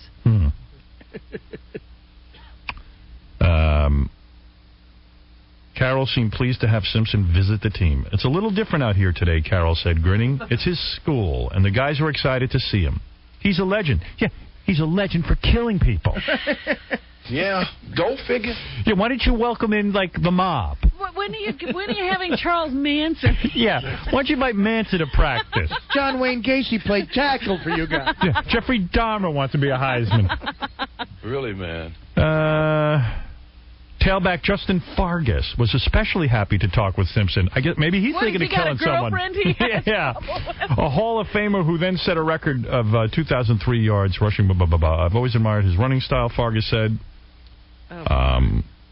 After practice, Fargas took Simpson up on a lunch invitation. Imagine that bizarre. That's going to be more bizarre than Cabby and his mom at lunch. Yeah, why did we have cameras there? Yeah. Simpson was all happy. "I love this team. They were so aggressive." Yeah, I bet. Any aggression. Yeah. I love aggression. They really go for the throat. Yeah. They're so aggressive, beating up teams, taking over the game in the fourth quarter. That's the way we used to play. Yeah, on and off the field. Yeah, you didn't know when to stop. So Simpson's very thrilled with Pete Carroll. Pete Carroll should be very pleased with himself. Yeah, I'd heard that he'd gone to some school. I didn't know it was his school. I heard he had a good reception there and that they were happy to see him. And I saw a picture of him with his arm around some kid smiling. Yeah, you saw the tape. How come we never see... Do you ever see him go anywhere and do people just scream at him? No. He seems to be welcome everywhere. How come no one's going, "I saw you, tell you what"? You know, the only one I've ever seen is Melrose Larry waited from outside a TV show and just scream "murderer." And they say Melrose is crazy. Right. No, anyway, there's a whole more sort of backstory on this, but I'm not going to read it all on the air. I mean, but they had to invite him. Yeah, I was going to say, they actually wanted O.J. there. He didn't just drop by. Right. I get that feeling, yeah. Oh, and that story Stuttering John was doing before? Yeah, about the snowmobile? Oh, wait, before I move on, Debbie says she's going to add something to this. Debbie. Hey, Howard. Did they invite O.J. there? They invited him, and not only that, but Pete Carroll said that he wanted to gauge the team's opinion on his visit and whether or not they thought he was morally acceptable. Okay, we don't need to gauge that. We already know what he did. But listen to this quote from this one player, tailback Sultan McCullough. He said, "Everybody thought he was family and a Trojan. A lot of players wondered why he hasn't been around in California. How dumb? Because what he did on the field. How dumb is this team? Yeah. I know. I mean, it's just ridiculous. See, and then this other guy, Kareem Kelly, this is not as bad, but it's still bad. He's our receiver. He said, "In our era, we don't look at him as the same way as our alumni and support staff who feel it's wrong for him to visit. Maybe if we were in their shoes, we might have a different outlook, but we don't." Yeah, they're in the dumb shoes. Are insensitive fools. They're in the dummy the shoes. Alumni don't want him there. I wonder why. They're in the shoes of the people that weren't killed. Oh, what did he say in his pep talk? Kill some for the team? I mean, come on. All right, Debbie, thanks. Thanks. That's Debbie Schlussel, obviously very worked up, sitting at home by her phone. I like that Kareem Kelly. Let's go, baby. Vacation didn't help her at all. No, she didn't chill at all. What did he say in his pep talk? I mean, let's kill someone for the team. I mean, what's going on, Howard? So feminine. Yeah, I mean, come on. I mean, what's he say in his pep talk, Howard? All right, here's the story John was talking about, the woman who died on her snowmobile because she had a microwave oven on her snowmobile. Yeah, what was going on? All right, now here I got it. Okay, this is according to one of the cops. 53-year-old Sandra Thompson had a microwave oven strapped to the steering column of her snowmobile as she traveled east on Stillwater Road about 1 p.m. Sunday. Russell said, that's the detective, that as Thompson, the woman, negotiated a rough, icy right curve, she ran off the left side of the road. She struck a snow embankment and flew off her snowmobile into a clump of trees. She obviously couldn't turn the wheel. Now, here's the thing you were asking. Russell said the microwave may have pinned the snowmobile's throttle, causing the vehicle to speed toward the trees. And the reason that she had a microwave... Yes. So, it's a guy who did it. Oh, no, Sandra Thompson. Okay. I see. The husband of the woman He said had strapped it on. Wow. he said that he and his wife had gotten the microwave so they could make popcorn. I guess she went out to get the microwave for the popcorn. And Oh, they had left it home yeah. or something, and wherever they were, she was bringing it back? Yeah. Wow. So there it is. There was no microwave anywhere between that house and wherever they were staying. Well, you might not want to use that snowmobile as a car. You see, that's dangerous. A flask fits right in your pocket. Right. So did we establish what everyone did over the vacation yet? Gary's ski trip. Gary skied. You went I away. was quiet. I went away and was very quiet. Where'd you go? London. London. What's that like? What do you mean, what's that like? What did you do there? I stayed at a beautiful hotel, and I went to a lot of theater. A lot of theater. Robin loves to go to London to theater. Wow. She's even done weekend trips to go see theater. She loves the theater in London. Yeah. You're a supporter of the arts. Absolutely. So how many plays? 8 plays. Really? 8 plays. Were they good? 9 with Our Town, which I saw yesterday. Is it filled with horrible musicals or? No, I don't go to see musicals. I go there to see dramas and comedies and thrillers. They have a lot of variety in their theater over there, and I saw some wonderful things. Then I saw American actors go over there just to do theater. Yeah. Gillian Anderson of the X-Files was on stage. In Was the she West horrible? End. She was really bad. Right. Yeah, she's a horrible Because actress. she waves her, they don't know how to act unless they're on TV, and they think on the stage you have to move your arms around like you're signaling a plane or something. So she was real bad. So she delivered the lines okay, but the hands were flying all over the place. And then I saw Tom Hanks' son. How's he? He wasn't any good. He's no Tom Hanks. He's no Tom Hanks. You saw him in a play or just on the street? In a play. Oh, that sucks. Tom Hanks is in a play with Kieran Culkin, Macaulay's brother. It's How like bad you is get he? the children of everyone. Are they all bad? Oh, they were just awful. All but the kids. Every young person who was in London goes to see them because it's somebody their age on Right. the stage. So it's act. I was over there once. I saw Jillian Barberie in A Streetcar Named Desire. Oh, Howard, by the way, over the vacation, I watched some of her show. Yeah. You have to remember how when Magic had his talk show, you would just get tape of it every day and play it? You got to do it with that show. Can we agree that when she talks over everyone, it's the most annoying thing in the world? So we have to be very This is my New Year's resolution. Nobody talks over the other person. Okay. Because it's maybe the most annoying thing in the world. Ooh. Well, the other thing, I saw a couple of minutes of her, and I am amazed at how every subject she can relate to herself. Right. Yeah. It's always about, I had an experience like that. Maybe OJ should visit that set. Yeah, absolutely. So, and what did you went skiing? That was it? Yeah, I went up to Okemo, which is one of our sponsors. But here's what happened. You get a free trip? To a degree. They got the lift tickets and stuff like that. Right. So I go up there, and I was telling you before, like, I'm recognizable enough where people know who I am, but not so recognizable that, I can go in a special way or whatever. So I'm out there skiing, and people are just yelling. I'm going down the slopes, and people are yelling at horse-tooth jackass, and, yelling out all this in front stuff. of your kids. Well, no, that time I was by myself. One time in front of my kids, the guy just walks by and he's like, fa-fa-fo-hi. What do But the kids it doesn't matter to them if you're with your kids or not. No. Yeah, no one cares. What do your kids think when someone goes fa-fa-fo-hi? He didn't even know what it means. Okay. Like, he doesn't even know that that's a bastardization of Baba Booey. Right. So he just thinks the guy's yelling. Right. But he must think the whole world, his view of the world must be, people are crazy. People just scream. Do they walk around going fa-fa-fo-hi? Dad, what's Fa-Fa-Fo-Hi? It can best be described as the bastard son of Baba Booey and Fa-Fa-Froley. But does he think he's going to grow up and eventually he'll just scream? I don't know. Imagine your son grows up yelling things because that's what he thinks people do. And I'm probably doing a really bad thing because I'll be holding his hand and he looks behind him to try to figure out what it is, and I just pull on him like nothing happened. Yeah. He probably wants me to explain it and I just don't. Hmm. But so I get on the ski lift, right? So the way it works is, if there's two of you, it's a 4-person ski lift. So sometimes you get on with strangers. Right. So my wife and I get on the ski lift. 2 other people pull up next to us. They don't know each other. So now there's 4 of us on the ski lift. So this has happened to me a couple of times.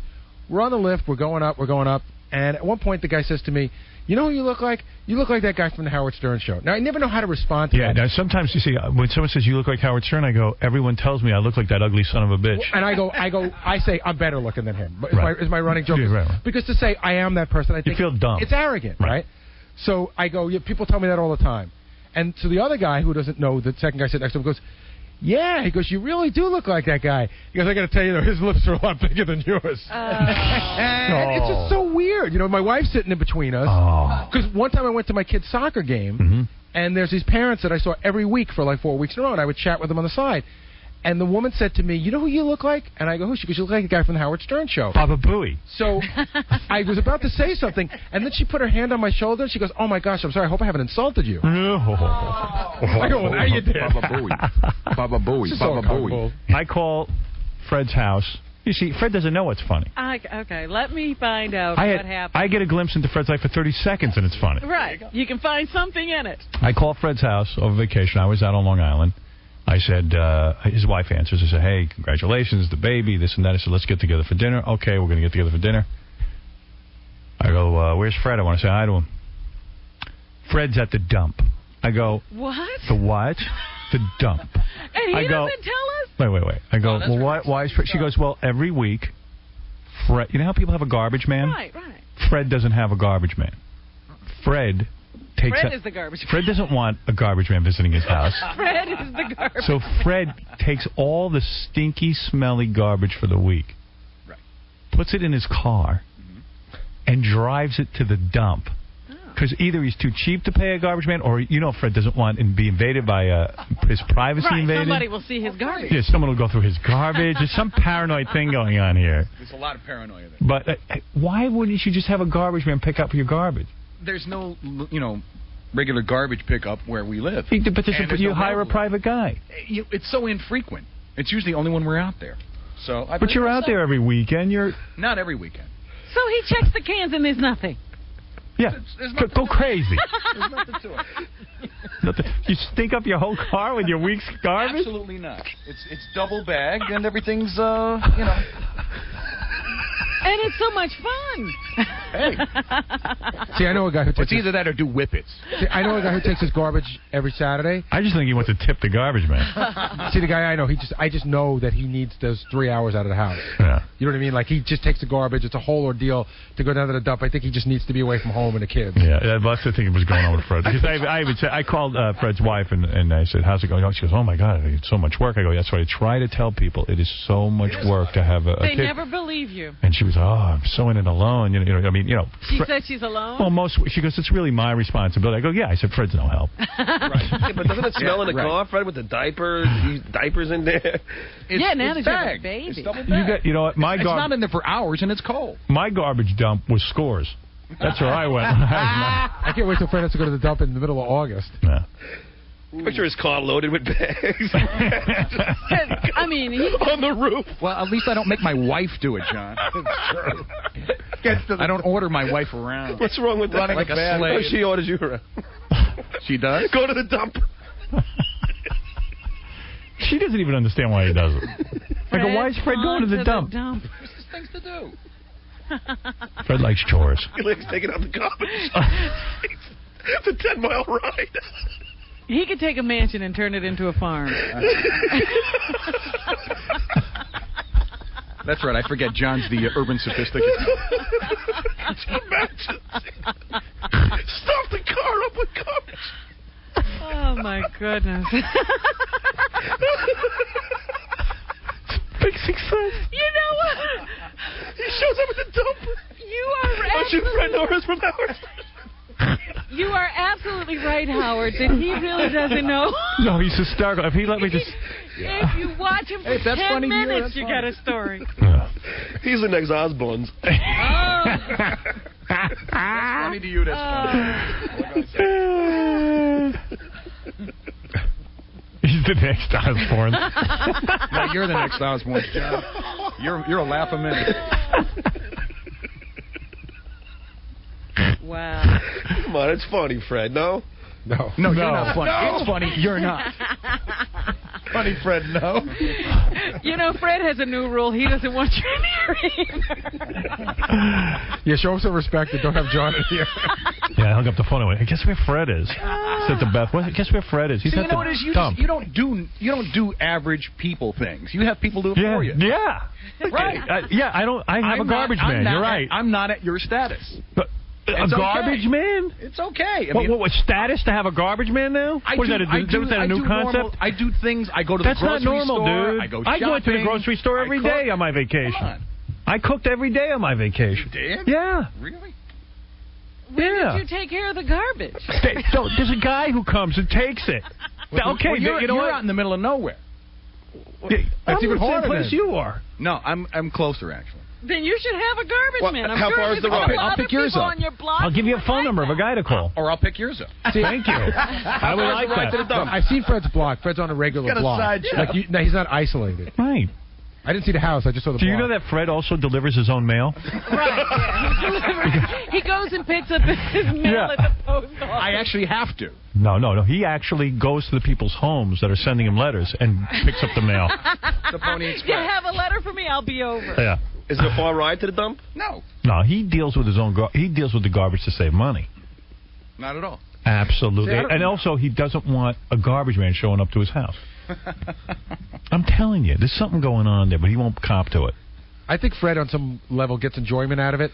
Like Fred likes to do. It's a simple task. He likes to do like hand stuff. Oh, because he's a hillbilly. Because there's nothing better to do. No, I think he likes to go out and do stuff.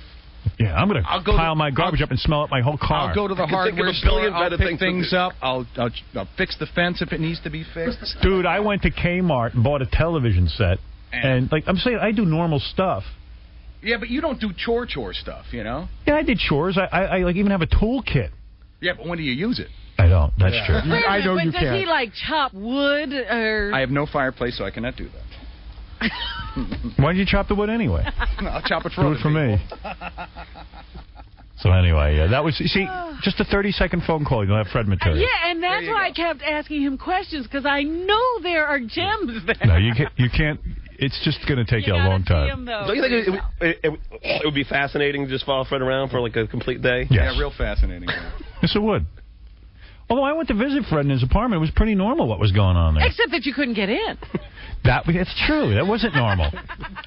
I know he heard me knocking on his door and he wouldn't answer the door. I did not. I rang the bell. The dogs were barking. My wife was half undressed. She was feeding the baby. I'm trying to get things together, and I'm running to the front door. His apartment's 10 feet long. That's it. It doesn't make sense. I'm just trying to get things in order so I can let people in. I had no idea what was going on. He was hoping you would leave. He was. Actually, I'm hoping you would leave. Were you dying to come in here during the cabbie reunion? No, I didn't really. I mean, I think it's hysterical because I think that poor mother. Yeah. Because he's going to call her incessantly. Yeah, he was already ragging during the commercial to her about how horrible his life was and how he had to go to group homes and. Wait till he meets the whole family and he gets to tell the kids how rotten his life was compared to their great life. Yeah. Oh. That's great. So how you doing, man? Well, you're a plumber down there in Florida? Yeah. I was surprised Cabby's mom didn't know what her kids did for a living. Yeah. It was a little surprising. It was unusual. Maybe she's trying to be vague on purpose. If you asked your mom what your sister does, she would have an answer. Yeah, nothing. No, my sister actually works. I know she does. Yeah. I don't know what she does, but your mom would know. Yes. My mom would know. So tonight is Joe Millionaire on TV. Can't wait for We that show. got a big trip to give away. Oh, yeah. We got a trip for 2 to give away for Joe Millionaire. Do people know what Joe Millionaire is? Quite simply, it's the show. It's The Bachelor. They tell all the girls they've got a guy worth $50 million. He's a really handsome guy. Great shape. And they all fight over him, but at the end, they find out that he's just a construction worker. A $19,000 a year plumber. That's how they say it in the promos. Yeah. And I then, think he might even live with his parents. Yeah, and then they want to see if the girls stay with him. You know, I think. And you know the answer to it already. No. You know what? I think they blew it with that show. They should make the guy an ugly guy, don't you think? No, I think it was great because here's a good-looking guy. He's $50 million. So theoretically, if you love him and you think he's so great, the fact that he has money shouldn't matter to you. Even if it's an ugly guy. Right. Watch the chick try to weasel out of that. So you won't be able to go to dinner every night on his private jet, you know? So what? You'll live a nice life with him. They have the women thinking he owns this chateau in France. Yeah. They're on horseback. They're everywhere. They show the promos during the football game. So Jackson proves women just want some guy to take care of them. Jackson and I are watching a football game, and we keep seeing the promos for that. So finally, after the 100th time, he goes, do those women know he's a plumber? And I go, no. He goes, is that fair? No. I love Fox's promos. Who would do that? Fox. Yeah, that's great. So anyway, we got a trip for 2 to Paris, France. Where that chateau is, I guess. Yep. Including round-trip airfare, 4 nights at a first-class hotel. Although I theoretically do not I do not support travel to France. But others do. But I understand you don't. I don't. You support travel to French islands. That I do support. I do. I don't mind if people go to St. Bart's, because that ain't France. Do they have anything to do with the French? No, I mean, except that it's a French island in the sense that a lot of the dudes speak French. You know. But is it like a French colony? Is it a French... It's a French colony, but I don't think it has... It's France. They don't take it. It's like Puerto Rico being America. That is America, and that is France. You just supported. Puerto Rico I'm not going America. that far. Puerto Rico isn't America. Yes, it is. Do they use dollars down there in Puerto Rico? No. Yeah, Puerto Rican dollars. Yeah. They use the Puerto Rico. That's the name of their money. But Howard, no, they use dollar bills in Puerto Rico. Do they? Yeah. The most important thing about that is that we have to say that Joe Millionaire premieres tonight. Yeah, I'll be watching that. You know, those sea suckers over at ABC sent me a promo copy of Bachelorette, the new show that's about to premiere, and it was pretty good. And again, they chopped off the end, and I'm like, you gotta friggin' be kidding me. I am not promoting that show. I am not even going to talk about it. Don't send me a tape that doesn't have an end. And you enjoyed it, because I'm wondering how the Bachelorette will do as opposed to the Bachelor. She is a hot chick. She was smoking smoking hot. Is smoking we saw her hot. in person. She does it, man. Yeah. But the thing is, she is like with 25 guys. Yeah, and the guys act so gay. I saw the first episode, except for the ending, and Jesus Christ, these guys act like the biggest moes on the planet. Really? One guy walks up to her and is like already giving her gifts and like, you know, I watched you on TV and I couldn't wait to meet you. In fact, I always envisioned meeting you. And I was like, you tool. When did you cut off your penis? Now you're going to see what guys will do to get a girl. You know what? Blow her off. She ain't worth it. She's a big pain in the ass and anyway. why would you're competing with 25 other guys. Yeah, you know? Oh, and all they're into is good looks, so what the hell's the difference? There's one chubby-looking dude. You can tell she's not even talking to him. Forget about it. Yeah, he has no chance. He's a joke. Cut. Yeah, he's a joke. He's like Flounder. Yeah. Flounder's on the set. They probably told her to keep him just... Not only is he chubby, he gets up in front of everyone and starts doing his funny dance. And then he's fat guy dance? Yeah, because every hot chick wants to be with the fat guy who dances funny. Yeah. Yeah, there's a lot of love there. I found out firsthand they don't want to be with that guy. Yeah. So it's I'll make fun of myself before you make fun of me, that kind of dance? Yeah. Well, no, he's serious. Oh, he thinks he's funny? Yeah, he thinks he's funny. But it's the dance where all your fat shakes around, right? Yeah, because it's like one of those Russian dances where you throw your legs out and you big douche. You're getting laid. Yeah. Has that gotten one guy laid? How do I give away this trip? However you want. First caller? I think you. Or we got a game? I don't think so. We always have a game. Yeah, you might have a homeless game. Or... There's some games listed. I don't want to do a whole homeless game. I don't want to make somebody, work real hard for it. It's France. It's a trip for 2 to Paris, France, including round-trip airfare, 4 nights at a first-class hotel, and dinner and show at the fabulous Moulin Rouge. It is a beautiful city, Howard. Yeah, it is. I backed myself into a corner. I could never go there. Absolutely gorgeous city. What's up? Hey, Howard, I got the Gwyneth Paltrow game. I can tell you. I'll read you a statement. Either Gwyneth Paltrow said it, or Jonathan Lipnicki, which is a kid from Jerry Maguire. Okay, that's funny. Or Haley Joel Osment. All right. The kid from Sixth Sense. Haley Joel Osment. Haley? Yeah. No, Haley Joel Osment. Haley. Whatever. You retard. All right, so one of those three. I'm going to read a quote, and it's one of those three people. All right, okay. Okay, ready? No, we got to get a person. We got to get a person, dude. Player. Oh. You need a contestant. I jumped the gun. Yeah, I would like to win the trip. Stan, you want to play? Yeah. Want to go to France? Yeah, definitely. What's up, Howard? You have no trouble with the fact that they won't let us use their airspace? No, it's all right. Okay. Jesus. Okay. That's where you want to be. Stan, a real patriot.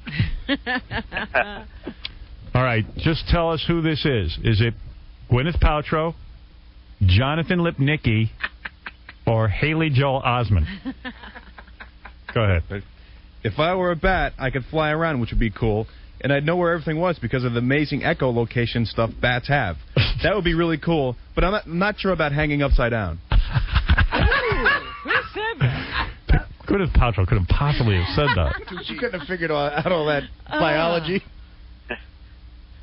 Well, does he have to know who said it, or does he's got to pick one of the three? Okay. Who said that? What's the choices again? Gwyneth Paltrow, Jonathan Lipnicki, or Haley Joel Osment? The second one, Nikki. Jonathan Lipnicki. He's right. He's going to France! Get out of here. My God. I like that game. Gwyneth Paltrow said something kind of like that, actually. Yeah, on Entertainment Tonight. Yeah. Well, you're going to France, courtesy of Joe Millionaire, premiering tonight on Fox. Hold on the line, okay? Thanks a lot, Howard. Right. You want to play another one? I'll give you one more. Go ahead. I love to read. It's kind of like making your own movie in your mind. Uh-oh. That sounds like Gwyneth to me. I say Gwyneth Paltrow. You'd be right. Oh, my God. Oh, my God.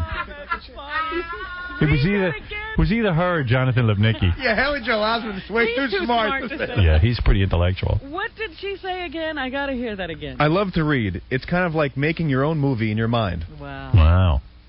Yeah. Words to live by. That's exactly what it's like. She's a genius. Give me one more. I like this. Okay. I don't want to get a swelled head or anything. I got a lot of help with my career. It's not all my doing. Oh, that's Gwyneth Paltrow. No, that's Osment. That's Haley Joel, yeah. Yeah. Yeah. Wow, yeah, his parents have to drive him to and from the gigs. Yeah. Very literate. He's actually humble. I could have been something else. I would have loved to study art history and then got an internship at the Guggenheim Collection in Venice. But this is what I'm supposed to do. Oh, that's Gwyneth Paltrow. Yeah. Showing off. Dominic Barber, go ahead. How are you, Howard? Good. I want to comment about Cabby. I thought it was a very, very amazing moment. And really, in retrospect, think about how he must feel as a little boy all those years growing up and now meeting the woman who he not only hates but loves. Yeah. He doesn't know that yet, though. Yeah, it was amazing. Yeah. Somewhere inside he does. Because he was already spewing junk to her during the commercial about how miserable his life was. Think how sad it all is, really sad. Yeah, All yeah. those years, like a Christmas thing, why did my mother throw me away to these people who hurt me? Absolutely, because the second we went to commercial, he stood up, and Robin just said to him innocently, do you have any baby pictures? And the woman said, gee, I'd love to see your baby pictures. And he goes, no, those people who raised me, I don't have many pictures. I had to leave the house at 13 and live in group homes and live on the street. I haven't talked to them in 3 years. I haven't talked to them in 3 years. Close. And you could see the mother going, oh, my God, feeling guilty. And then he goes, and I peed the bed till I was 13, and the day they got me out of that house, I stopped peeing the bed. And I was like, uh-oh. What Dominic hung up? I don't know why I'm having a conversation with someone who's not there. All right, we're going to be back with you. We'll do some news for you because there's a ton of stuff that's happened. And later this week, we have our whole year in review. That's right. We're going to review what happened on this show in 2002. I saw a good movie. I was never a big Denzel Washington fan. I never really got it. But he directed this movie, Antoine Fisher. I want to see that. I've heard really good things about it. Terrific. Loved it. It's one of those serious flicks about, dudes. Yeah, a guy who's got problems. Yeah. But it's good. It's well done. Sort of like the Black... the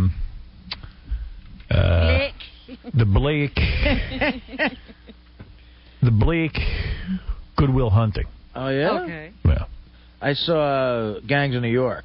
How is that? I tell you, it's a little like I love Scorsese. And like Goodfellas is a long movie, and so is Raging Bull, but you never get bored. And this you get kind of bored. You get a little bored. And Daniel Day-Lewis does an American accent, and DiCaprio does an Irish accent.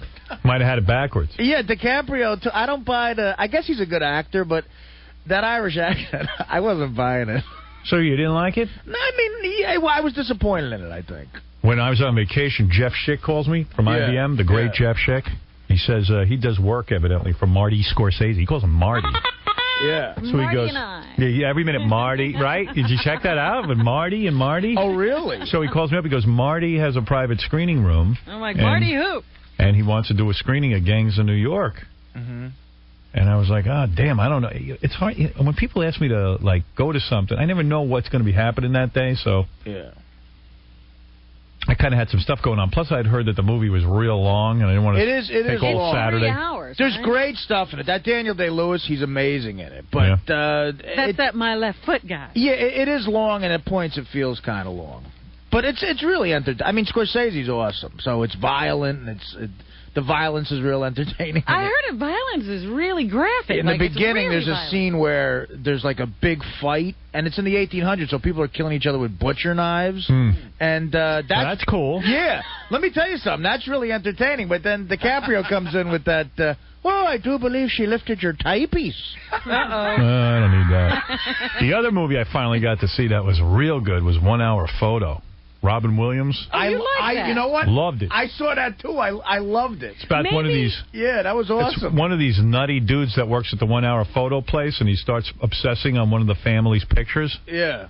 Holy One mackerel. family, yeah. One family. He starts to make up a fantasy life for himself, I think. Love that. He But plays I saw a creepy guy so good. Man. He's a good actor, man. Yeah, he was good. I saw it in the theater, and I think at the time I thought it should have gotten more attention than it did. It was good. It was a good, creepy movie. Yeah. I don't know why that didn't do so good. I thought it was a success. Oh, it didn't make a lot of money? It didn't do well. It was a critical. Tell you one thing about Robin Williams. That guy's good. He is real good. He really is talented. Yeah. Unfortunately, he's talented. Yeah. Unfortunately, he has talent. Talented We guy. hate that he has talent. Yeah. So, before I start the news, this is pretty funny. I was reading the year that was from Entertainment Weekly, the magazine. Mm-hmm. And these magazines are all pretty vicious. You know what I mean? Yeah, everybody's gotten mean. Everyone's all mean. What happened? I know we're mean, but people understand that we're a radio show that is goofy. These magazines, You're supposed to take them seriously. like they need these celebrities and they put them on their covers of their magazines and then they just viciously beat them up. Like they say here, what sort of mass hypnosis did the makers of Punch Drunk Love perpetrate that made people use the words Adam Sandler and Oscar contender in the same sentence? Well, that is a good question. Yeah. They were like, then they go, is that the same kind of mind control that made everyone suddenly agree that Vin Diesel is now a movie star? And now Vin Diesel, I read, is like banging Mariah Carey, and he's living the high he can life. have anybody he wants. That's not right. If Vin Diesel calls, you have to go and give it up to him. You got to bang him because he's famous. He's like the new Sylvester Stallone, but at least Sylvester Stallone made Rocky. What did Vin Diesel do? Mariah Carey. Then they ask, how did the producers of the Anna Nicole Show manage to survive despite the removal of their conscience? I don't know about that. So what? Did you see her Christmas special? Yeah. What a debauchery. Yeah, she had a party at her house. What were you expecting, Robin? You know who's really good? Better than Anna Nicole's cousin. Oh, she's toothless. Did you see her? I'd rather see her show. Oh, she's got a toothless cousin. Yeah. Yes, and they brought her back. She gets as drunk as anything. She starts singing Christmas carols and demanding that people pay attention, and she can't hit a note. See, in my mind, Anna Nicole is a fake. Right. Like, she knows that she's just a mess. The cousin's the real deal. She's a hillbilly. She has no teeth, and then she takes off all of her clothes and gets into the jacuzzi, and then she punches out one of Anna's friends. Gets into a fist fight. She's like a Jerry Springer guest, gone crazy. And she's just butt ugly, double bagger, butterface, bad body, everything. You know why they have her there? Because that's what Anna Nicole would look like without money. Right. All right, here's some more things. Where did Swept Away... This is just a year in review. Where did Swept Away disappear to after 3 weeks of movie theaters? Where it belongs. Yeah. Let's see. This is good. Remember the movie Jackie Chan put out, The Tuxedo? The Tuxedo grossed $50 million in the United States, meaning that at least 5 million people put on shoes, left the house, and paid money to see it. Who are these people? They have to be the same ones who voted for Nikki over Tamira in American Idol. I guess. Here's another very good question.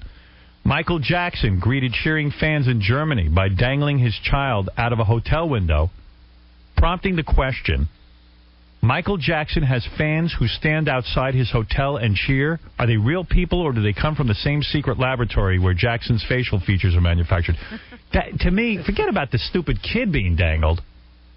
Why would you stand outside Michael Jackson's room unless he pays people to do it like Frank Sinatra used to do? I have always felt, especially in America, Those aren't real people. But wouldn't that come out like someone would crack and what is he, like the mafia? You're afraid to say you get paid by Michael Jackson?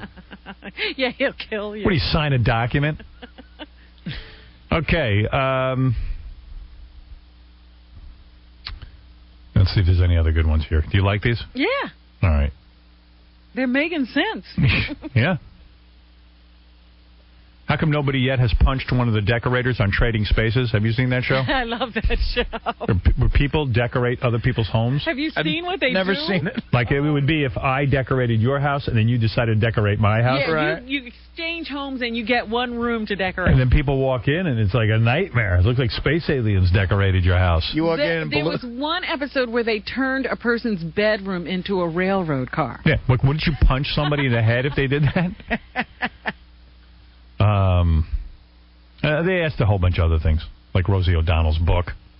Like, they said there's no law of physics that explains that no known object can exceed the speed of light, except Rosie O'Donnell's book exiting from the at the top of the yeah. I mean, it just came and went. Nobody cared. She wrote a book. I didn't even know that. Yeah. Because it avoided all the good lesbo stuff. Well, that's where the whole book was, well, I am gay, and now another story about my kids. And now another ridiculous story. Nice. Yeah, because that's honest.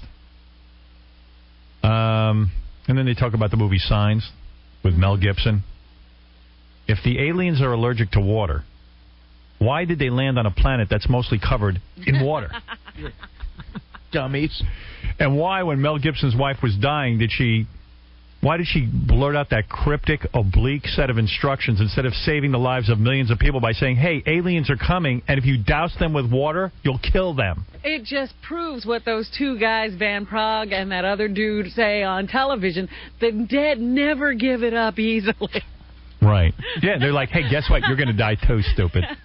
Hey, what was that blind item in page 6 of the Post, as long as we're gossiping here? It says that I can't figure this one out, that the host of a male host of a syndicated talk show that was recently canceled is having a gay affair with one of his producers. What is that? Read that to me. Which male host of a recently canceled syndicated talk show is having a wild affair with his male executive producer? That sounds fun. Yeah, I just don't know what show was canceled. Who got canceled? Male talk show. I hate those blind items. Yeah. When they say recently it's canceled, it could have been 2 years ago. Right. Yeah, I don't even know what they're talking about when they say that. The producer, up until now, was thought to be a happily married heterosexual man with a newborn baby. Fred has a newborn baby, man. And I'm Is it you Son two? of the Beach was canceled. Is it you two? Some guy in L.A. wrote an article, at first I thought it was a complimentary article about me, and then it turned out to be all negative. Oh. And I really got angry. It was like, I read it over vacation. It said, basically thanking me for the fact that reality television, that I'm sort of the godfather. You know, the guy really actually threw me some props and said, I think he was throwing me some props, and said that, because of the Howard Stern show, kind of the language on TV changed, and then, most of television changed. Mm-hmm. And I was like, well, thanks for recognizing that, because a lot has changed as a result of the way we do this show. Yes. I mean, I've always felt that way, just nobody else writes about it. It seemed that we were here, and then all of a sudden all these changes occurred. But then the article goes horribly wrong and says, but Stern better stick to radio because everything else he touches has turned to crap and never makes any money, and he's not successful. And he goes, like his E! Television show. And I went, wait a second. You mean to tell me I got the #1 show on E! For the last, 15 years? Yeah. 15 years now. And he's saying, well, it only gets a fraction of his radio show. But the fact that it doesn't matter. They put Letterman, they put Conan O'Brien, What do they pull? They put all those guys on cable. Bill O'Reilly is the #1 guy on Fox. They can't stop writing articles and crowing what a success he is. My ratings are bigger than his. But for some reason, I get knocked. And then then the guy conveniently leaves out the fact that I've written 2 books that were bestsellers. Bestsellers, the largest selling books in history for Simon & Schuster and HarperCollins. Then on top of that, he goes, and then Son of the Beach was canceled. I go, wait a second. I had 3 seasons on Son of the Beach. I don't know. It was the first show. Well. I was the executive producer. It was the #1 show on FX. I don't know. I consider that a success for myself. Then he leaves out the fact that I've had the highest grossing pay-per-view specials in history. Mm-hmm. I went, well, why is that not included in my resume? I have the fastest-selling movie soundtrack in history. You just ignore. I sold 350,000 albums in a day. Just ignores any success. Just literally, when reporters decide that they're going to fry your ass, right, they will ignore everything in order to prove a point. Not to mention all of the videotapes and things that I've put out over the years that I don't release the figures, but I think the guy'd be fairly impressed. But for some reason, he had it in for me and just kind of like blasted everything else I do. And for a guy with a brand new production company, I had one show that lasted 3 seasons, and I've got I got a bunch of films and stuff that are going to be coming out. Yeah, give you a chance. Give me a chance. I don't know, man. It was weird. I got all weirded out, and then I was going to write him a letter and stuff. And I said, you know what? Screw him. I'm not writing him any letter because you know what? He'll love that. So then I get an email from Tim Stack who wrote the guy a letter. Oh no. And I was like, oh Tim, why are you writing this guy letters? Yeah, he tells you after. Yeah. Oh, and I read. I deleted all of Tim's letters. I went, please don't be my advocate. Please. What did he say? Because Tim was like, we were canceled because of an executive who wanted to change the agenda of the network. And I went, oh, please. Don't fight my battle. Don't fight my battle. He was only trying to help. But anyway, I dare to say that I've generated more money in show business than Steven Spielberg has. Now, there's a tall... Yeah. I would go pound for pound with Steven Spielberg. I would tell you, yeah, all my radio, all the stations I'm on, you just add up New York, Philadelphia, L.A., I don't know, take one more big city. Yeah, you're probably making a case. There's billions there, and in the course of my history over 20 years. And how come nobody's built you a complex and given you a golf cart? No, they built me this studio, which doesn't have heat. And no way to get to it. Yeah. We have to crawl into the building in the morning. Yeah. I'm Oprah in reverse. I just got a whole big thing here from my program director. This is kind of nice. It's sweet in a way, but it's funny. The radio station that we're on in... where is the zone? Arizona. Okay. Arizona. We're on. Evidently, we must have some good ratings. Number 1, 18 to 34, 25 to 54. Let's see. So they made me up 3 trophies. Yes. You know, they sent them to me. Oh, that's what was sitting on your desk? These 3 trophies. But they're the cheapest goddamn trophies you ever. I mean, Howard got some cheesy awards. I mean, look at these. If you're gonna make me an award, it's not like it's a real award. The radio station made them for me, and. I thought they were goofs. I thought you had made them up. Yeah, it looks like if I made up some awards. Props or something. So I'm not sure what to do with these. Got them out every award. Yeah, whatever. So, there it is. All right, let's take a couple of... we really don't have time. I got to get the news. Yeah, Double A, go ahead quick. Hey, what's going on, Howard? It's good to hear you back on the air live. Today's show was awesome, dude. You're off to a great start for the new year. There you go. One quick comment, though. Anything that prevents you from banging Beth, gotta go. Get rid of Bianca, dude. Get rid of Bianca. No, we're working it out. All right, man. Have a good day. All right, later. Double A making the creepy meter hit red early here. Yeah. Number 10 on the creepy meter. Double A tooted in. Get rid of your dog. You can't bang Beth. Double A chatted in with another gross comment about sex with Beth. Larry, go ahead. You're on the air. Hey, Howard. Hey. The talk show host you were talking about sounds like Phil Donahue. I thought of him, but I don't think that's him. I mean, he's definitely hetero. He's still on the air. He wasn't canceled. Yeah. Oh, I thought he was. Did they take him off the air? No, they decided to bring in an audience like that was going to help, and so they're still trying him out. They're still going to go with him. We knew he'd fail, before they put him on, but... But I hear he's looking for a bulldog, too. Yes, sir. See, got to ruin my fun. You got to go there. Yeah. All right, so it's not Phil Donahue. Who's been canceled? Anybody got a name of a canceled male talk show host? Charles Grodin. Whoa, there you go. Nah, he wasn't recently canceled. You ever have sex with your producer? Larry, you're on. Hey, Howard, how you doing? Hi, Robin and Artie. I think I know who it is. Who? Martin Short. See, Martin Short always seems swishy to me. But he's hetero. But you know how I figured it out? He's way hetero. The other day I had a tape. I put it in there, and it was your radio show when you were talking about Martin Short imitating these people on his show. When I listened to you today, the thing came up. I figured it had to be him. I don't think it's him because I know guys who know him. He's real hetero. Oh. Howie Mandel had a canceled. Howie Mandel.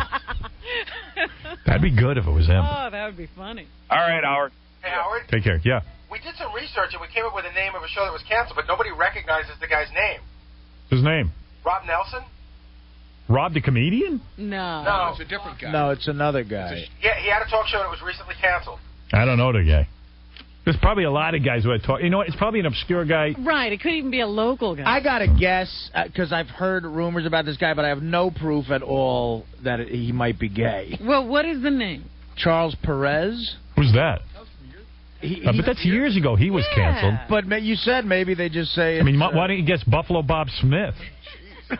All right. You're going to go back that far. Well, I have no proof that he's gay. Okay. Yeah, I mean, that's not recent. And I'm sure Charles Perez is thrilled that you would... You didn't even mention his name. You go, hey, I just think he's gay, but I have no proof. And I said I have no proof of it. About this guy. Let's just name people and call them gay. I said I have no proof at all. I always thought Martin Short was gay until I already had a wife and kids and stuff because he seems like the biggest homo. You know, he's always like, oh, hello. Ooh, ooh. You know, I mean, it's like, what kind of man talks like that? He's very masculine, Martin. How about George Bush is gay? Johnny Carson. Somebody, give me some good names. Yeah, with Freddie DeCordova, that would be fun. No. But I can't... Freddie DeCordova. I'd pay for a film of that. Johnny getting it on. I'd love to see Johnny have gay sex.